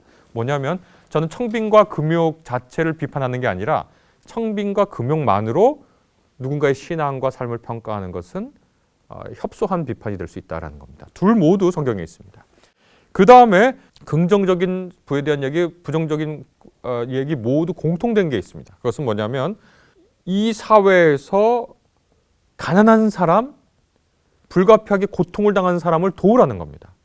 누군가의 고통과 가난과 배고픔을 해결하는 행위는 성경의 처음부터 끝까지 매우 중요한 덕목으로 제시됩니다. 그런데 동시에 성경이 고발하고 있는 바 이 가난이 부정의한 시스템, 부정의한 제도로부터 왔다면 이 제도를 보완하라고 또한 얘기하고 있다는 걸 우리 잊지 말아야 됩니다. 다시 말해서 한 사회의 가난은요, 한 사람, 그 사람의 게으름의 문제만은 아니라는 거예요. 성경에 나와 있는 성경의 부에 대한 긍정적인 면만 강조하는 사람들은요, 어떤 불행에 처한 사람이나 가난한 사람들의 결과가 그 사람들이 게으른 결과 혹은 못난 결과, 잘 못한 결과라고 생각하는데 성경은 그렇게 말하지 않습니다. 성경은 불공정을 해결할 제도를 말하고 있어요. 희년 제도도 말하고 있고요, 안식일 제도도 말하고 있어요. 그러니까 성경의 부와 재산에서 긍정적으로 말하는 사람, 부정적으로 말하는 그 두 본문 모두 가난한 사람을 돕되 한 사람이 가진 따뜻한 자선의 마음과 더불어 그 사회가 부정의한 결과를 낳을 수밖에 없는 구조라면 그 제도 자체의 개선을 얘기하고 있다는 것이 성경의 주요한 메시지다라고 얘기할 수 있겠습니다. 여러분 한번 생각해 보시죠. 농구 선수, 축구 선수 굉장히 큰 수익을 얻잖아요. 근데 농구 가만히 생각해 보면 뭐냐면요, 이렇게 동그란 거 안에 공 집어 넣는 거예요. 축구는 큰 틀 안에 공 차서 넣는 거예요. 농구 경기가 정말 인기가 있는 미국 같은 경우에서는 농구를 잘한 사람은 어마어마한 부와 명예를 얻어요. 그러나 농구가 하나도 인기가 없는 나라가 있다고 가정하면 그 나라에선 농구를 아무리 잘해도 이 사람은 그냥 그것을 취미로 할 뿐이에요. 그걸로 부와 명예를 얻지 못합니다. 그러니까 한 사회의 부와 명예와 재산은 사실 그 사회의 시스템이 결정해 주는 바가 크거든요. 그러니까 한 사회에 소외된 사람들을 우리가 바라볼 때 그 사람의 무능력을 바라볼 것이 아니라 시스템의 문제를 늘 생각하는 것이 중요하다. 세 번째, 긍정적인 관점이나 부정적인 관점 모두 부와 재산에 대해서요, 모두 하나님을 중심에 놓고 생각하는 것을 결코 있어서는 안 된다. 부에 대해서 긍정적인 생각을 한 사람도 자기가 소유한 부가 하나님으로부터 온 것임을 겸손히 인정하지 않고 자기 노력의 결과로만 생각하면 그 사람처럼 바보 같고 교만한 사람이 없습니다. 우리가 이 사회에서 성공한 것, 부를 누리는 것이 나의 뛰어난 아이디어와 창의력의 결과이기만 한가요? 그렇지 않다는 거 우리가 잘 압니다. 왜냐하면 이른바 우리가 다 통용될 수 있는 말로는 참 운이 좋았어 라고 말하는 일들이 늘 있기 때문이거든요. 시대를 너무 앞서간 음악, 시대를 너무 앞서간 기술이라는 말들이 종종 있는데 시대를 앞서가서 어떻게 된 거죠? 잘 안 됐다는 얘기죠. 그러니까 그 사람이 움직이는 시대와 그 사람의 역량이 맞게 되는 때거든요. 그래서 부에 대해서 긍정적인 관점을 지닌 분들도 그런 본문도 늘 끊임없이 하나님을 얘기하면서 이 부는 하나님에게서 온 것이다. 그러니까 너는 하나님의 백성인 사람들을 도와야 한다라고 말하고요. 부에 대해서 그 부정적이고 경계를 갖는 입장에서도 늘 하나님을 생각하라고 얘기하거든요. 왜냐하면 부는 만몬은 곧 하나님을 대체해버리기 쉽기 때문입니다. 특별히 오늘날 같은 우리 사회에서는요, 돈 있으면은요 참 모든 게 잘 돼요. 뭐가 먹고 싶으면 먹을 수 있고요, 뭐가 입고 싶으면 입을 수 있고요, 어디 살고 싶으면 살 수 있어요. 마치 하나님처럼 돈이 나한테 그걸 가능하게 해줘요. 그러니까 돈이 꼭 하나님 같잖아요. 그래서 부에 대해서 경계하는 그런 전승에서도 늘 하나님을 생각하라고. 그리고 두 이야기 모두 부라는 것이 결국은 도구적 가치임을 잊지 말라고 얘기하거든요. 우리가 어떤 궁극적 가치가 있고요, 도구적 가치가 있어요. 두 사랑하는 사람이 만나서 사랑을 해요. 이 사랑을 안정적으로 하고 싶어요. 그러면 결혼을 합니다. 혼인 제도라고 하는 것은 만난 두 사람이 어떠한 역경이 있더라도 간혹 서로 사랑이 식더라도 안정적이고 지속적이고 서로 신뢰할 만한 깊은 사랑을 나누고자 하는 도구적 제도로서 혼인을 해요. 혼인이 궁극적 목적이 되면 혼인하고 나면 다 끝나는 거잖아요. 부라고 하는 것, 재산이라고 하는 것은 하나님을 섬기고 이웃을 섬기기 위한 도구적 가치예요. 그 자체로 가치가 있으니까요. 그러나 그것은 무엇을 위한 도구적 가치라는 것을 잊어서는 안 됩니다. 바로 제가 드린 말씀은 하나님을 생각해라.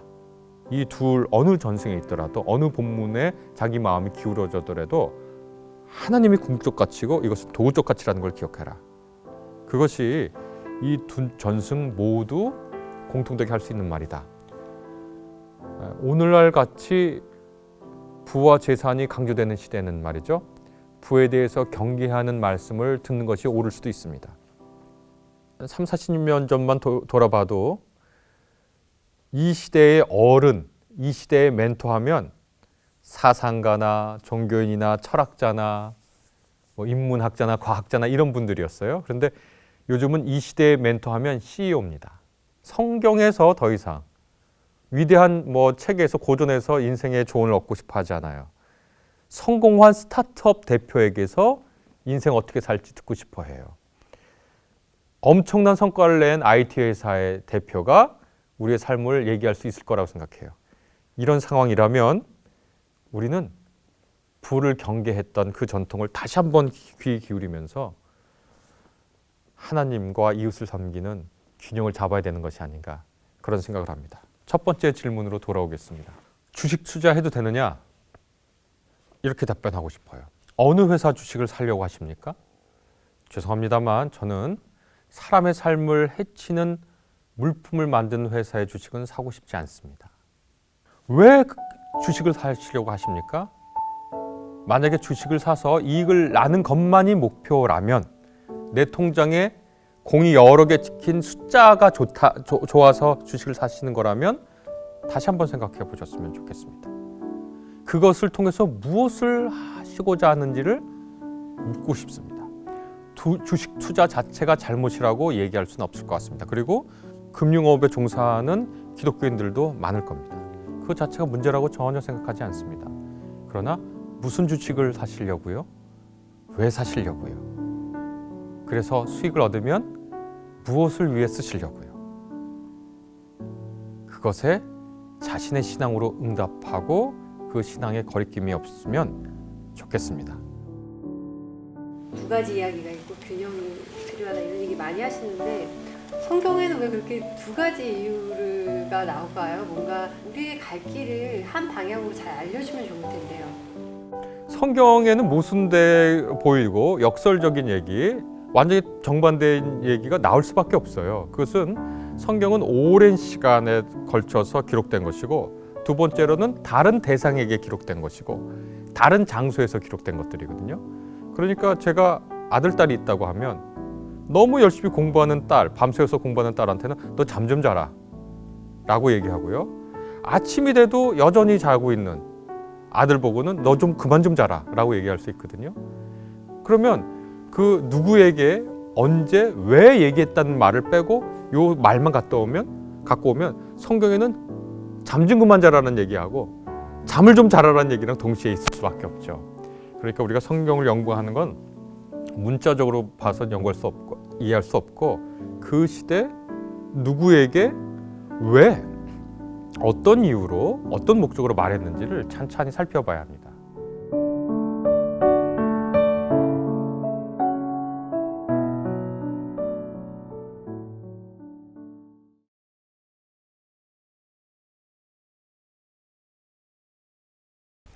가장 친한 친구의 불행 속에는 기분 나쁘지 않은 무엇이 있다. 정말 이상한 일이긴 한데 그런 요소들이 있어요. 이게 질투라고도 볼 수 있겠는데 저 사람이 누리고 있는 행복이 왜 내게 아니지? 그런 질투심이 일어나죠. 가만히 따지고 보면 나하고 비슷한 사람에 대해서 우리가 굉장히 인색해요. 인색하면 대개는 뭐 돈을 안 쓴다든지 남에게 줄 모르는 사람들을 인색이라고 하잖아요. 근데 이건 물질적 차원이고 정신적으로 보면은 다른 사람을 인정하지 않으려는 마음, 이런 것들이 인색함이에요.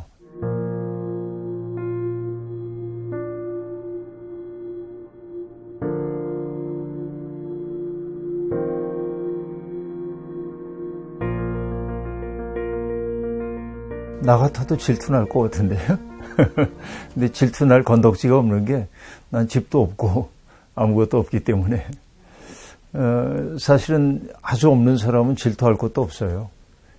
조금 있기 때문에 질투가 가능하죠.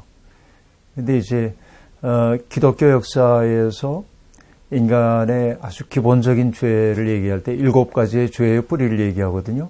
교만으로부터 시작돼서 이제 나중에 탐식 먹는 것까지 이르는 7가지인데 그 가운데 하나가 인색이라는 게 있어요.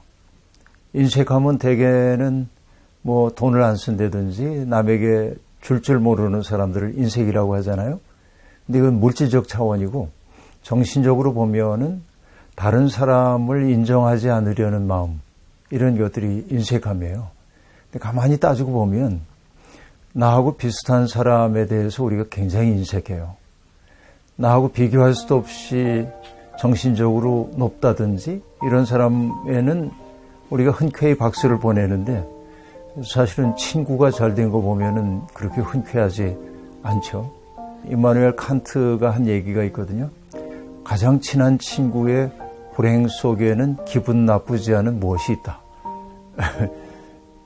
정말 이상한 일이긴 한데 그런 요소들이 있어요. 이게 질투라고도 볼 수 있겠는데 저 사람이 누리고 있는 행복이 왜 내게 아니지? 그런 질투심이 일어나죠. 어쩔 수 없는. 우리나라 부동산 공화국이라고 사람들이 말하기도 하는데 사실 집 한 칸 갖는 게 인생의 목표처럼 되어 있는 사람들이 너무 많고 집을 거주하는 장소가 아니라 돈벌이의 수단으로 보고 있는 우리 사회가 상당히 슬픈 거죠. 성서의 기본적 정신은 땅은 하나님께 속해 있다 하는 거잖아요. 땅의 주인은 하나님. 우리가 잠시 여기 머물다 가는 거지 내가 땅을 만든 것도 아니고 또 그 집 속에서 영원히 살 수도 없고 그런데도 불구하고 이제 많은 사람들이 땅을 구획하고 내 것이라고 하고 이게 어쩔 수 없는 우리 세상의 모습이긴 하죠. 가만히 생각해 보면은 옛날에 우리 살던 집들이 다 소박하고 그럴 때는 별로 이 부동산에 오르고 내리기에 그렇게 관심들이 없었어요. 근데 점점 이제 모든 사람들이 그 얘기를 하고 가는 거죠. 왜냐하면은 돈이 우리의 삶을 너무 규정을 하고 있기 때문에 그래요. 돈 많은 사람들이 행복한 사람이라고 하는 신화 속에 사람들이 모두가 다 빠져 있죠. 그러나 부러워한다고 해서 현실이 바꾼다면 부러워해야죠. 질투해서 현실이 바뀐다면 질투도 해야 하겠죠. 그럴 수 없다고 한다면은 투덜거리기보다는 내 삶을 소중히 여기는 그 사람보다 가진 것은 없지만은 내 삶을 어떻게 아름답게 만들 수 있을까 생각을 하면 돼요. 근데 그러기 위해서 뭐냐면은 돈으로 획득할 수 없는 일들이 내 삶 속에 의미 있게 다가와야 하는 거죠. 푸른 하늘을 바라보면서 참 좋다 하고 말한다든지, 또 졸졸 흐르는 시냇물 소리를 들으면서 창조의 리듬을 느낄 수 있다든지, 피어나는 꽃 한 송이를 보면서 부활의 시범 보듯 바라볼 수 있는 능력이 내게 있다면, 경탄할 수 있는 능력이 있다고 한다면 나의 그 부족함, 주머니가 텅 빈 것, 이것이 그렇게 비참하게 느껴지지는 않거든요. 그래서 내 삶을 소중하게 볼 수 있는 그런 가능성의 문을 좀 열면 좋겠다. 그러나 동시에 우리가 해야 하는 건 뭐냐면, 부동산 가격이 올라와서 금방 부자가 되는 이 현실은 고쳐져야 하는 현실이거든요. 왜냐하면 가난한 사람들은 점점 집 마련하기 어렵고, 또 젊은이들도 결혼을 해도 도시에 살 수가 없고 집을 장만할 수가 없으니까 이것은 좋은 세상이 분명히 아니죠.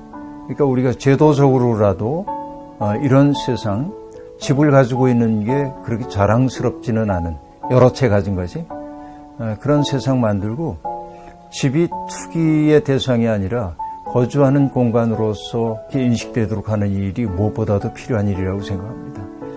질문한 분이 부러운 그 마음은 알겠는데, 자기의 삶을 잘 살아내도록 노력하는 게 그 부러운 마음에 넘어가지 않는 비결 아닌가 생각되네요.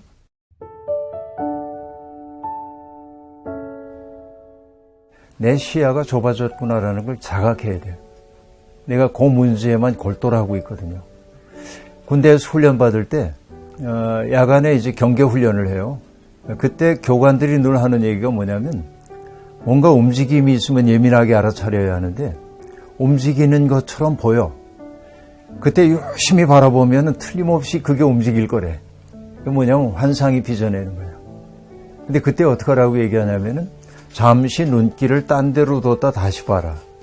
그러니까 내 마음이 뭔가에 골똘하고 있을 때, 그게 나를 괴롭힌다 생각하면 잠시 한눈 팔아야 돼.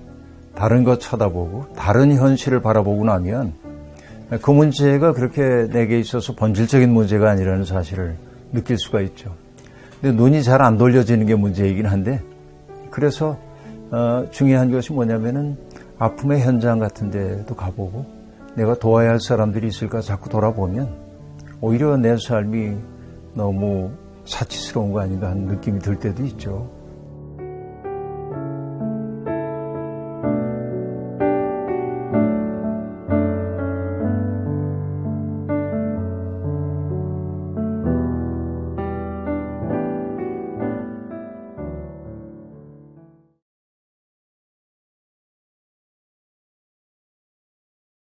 우상이란 말, 아이돌이란 말인데, 아이돌, 그리스에서 온 거예요. 그냥 이미지란 뜻이에요, 이미지. 그러니까 이미지죠. 우상 비판이란 이미지 비판이에요. 우상이라는 건 뭘까요? 그것은 우리에게 힘을 약속하고 풍요를 약속하고 번영을 약속하는 거거든요. 오늘 우리 사회에서 힘을 약속하고 번영을 약속하고 풍요를 약속하는 게 뭘까요? 많은 사람들이 대답할 겁니다. 공통되게 대답할 겁니다. 돈이라고. 종교를 배운다는 건, 기독교인이 된다는 건 그게 정말 그런지 묻는 거예요. 돈이 정말 힘을 주는가? 돈이 정말 풍요를 주는가? 돈이 정말 번영을 주는가? 그리고 모두가 믿고 동의하는 그 세계관에 도전하는 거예요. 정말 그런가?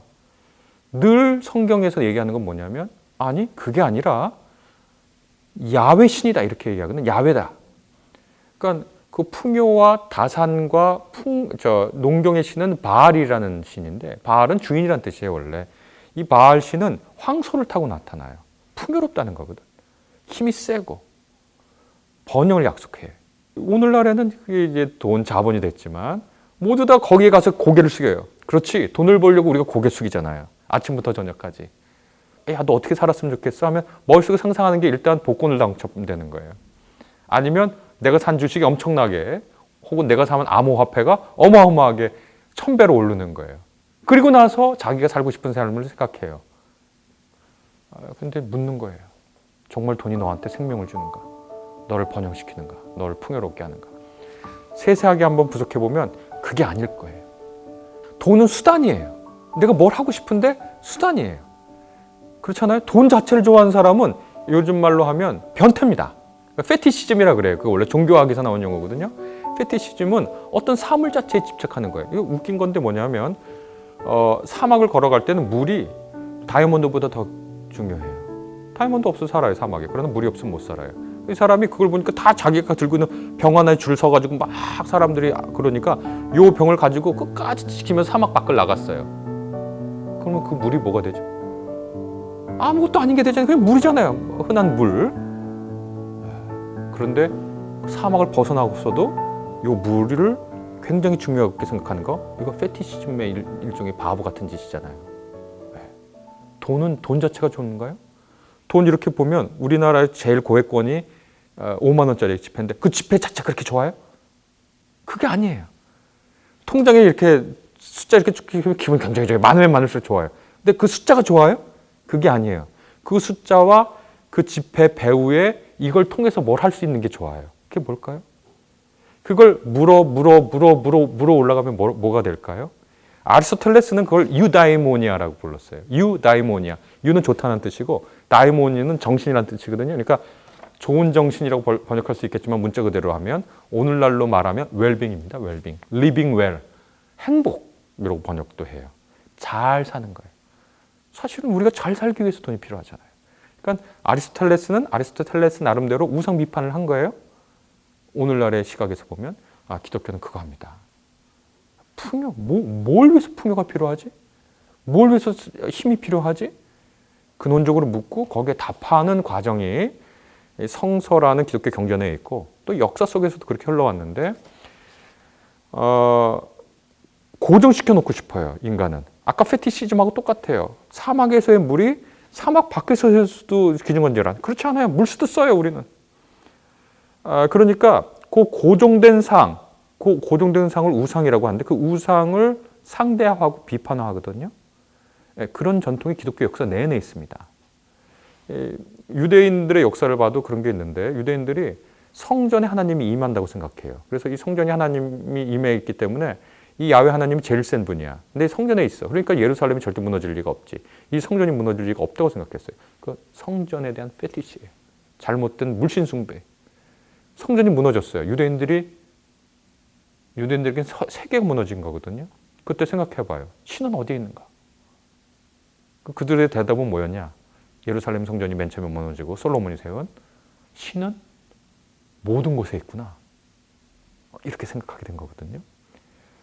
신이 예루살렘 성전에만 있는 줄 알았는데 이 사람들 유대인들이 강제로 끌려가서 바빌론 제국 여기저기 흩어지고 바빌론이라는 도시에 가서 딱 봤더니 신이 여기 있어. 여기도 신이 있는 거예요. 그러면서 신에 대한 새로운 생각을 하게 되는데 이런 정신이 중요하거든요. 오늘날 많은 사람들이 이게 중요하다고 거기다 다 쏠리고 저게 중요하다고 저기다 다 쏠려요. 기독교인들은 거기에 대해서 제정신 차리고 있어요.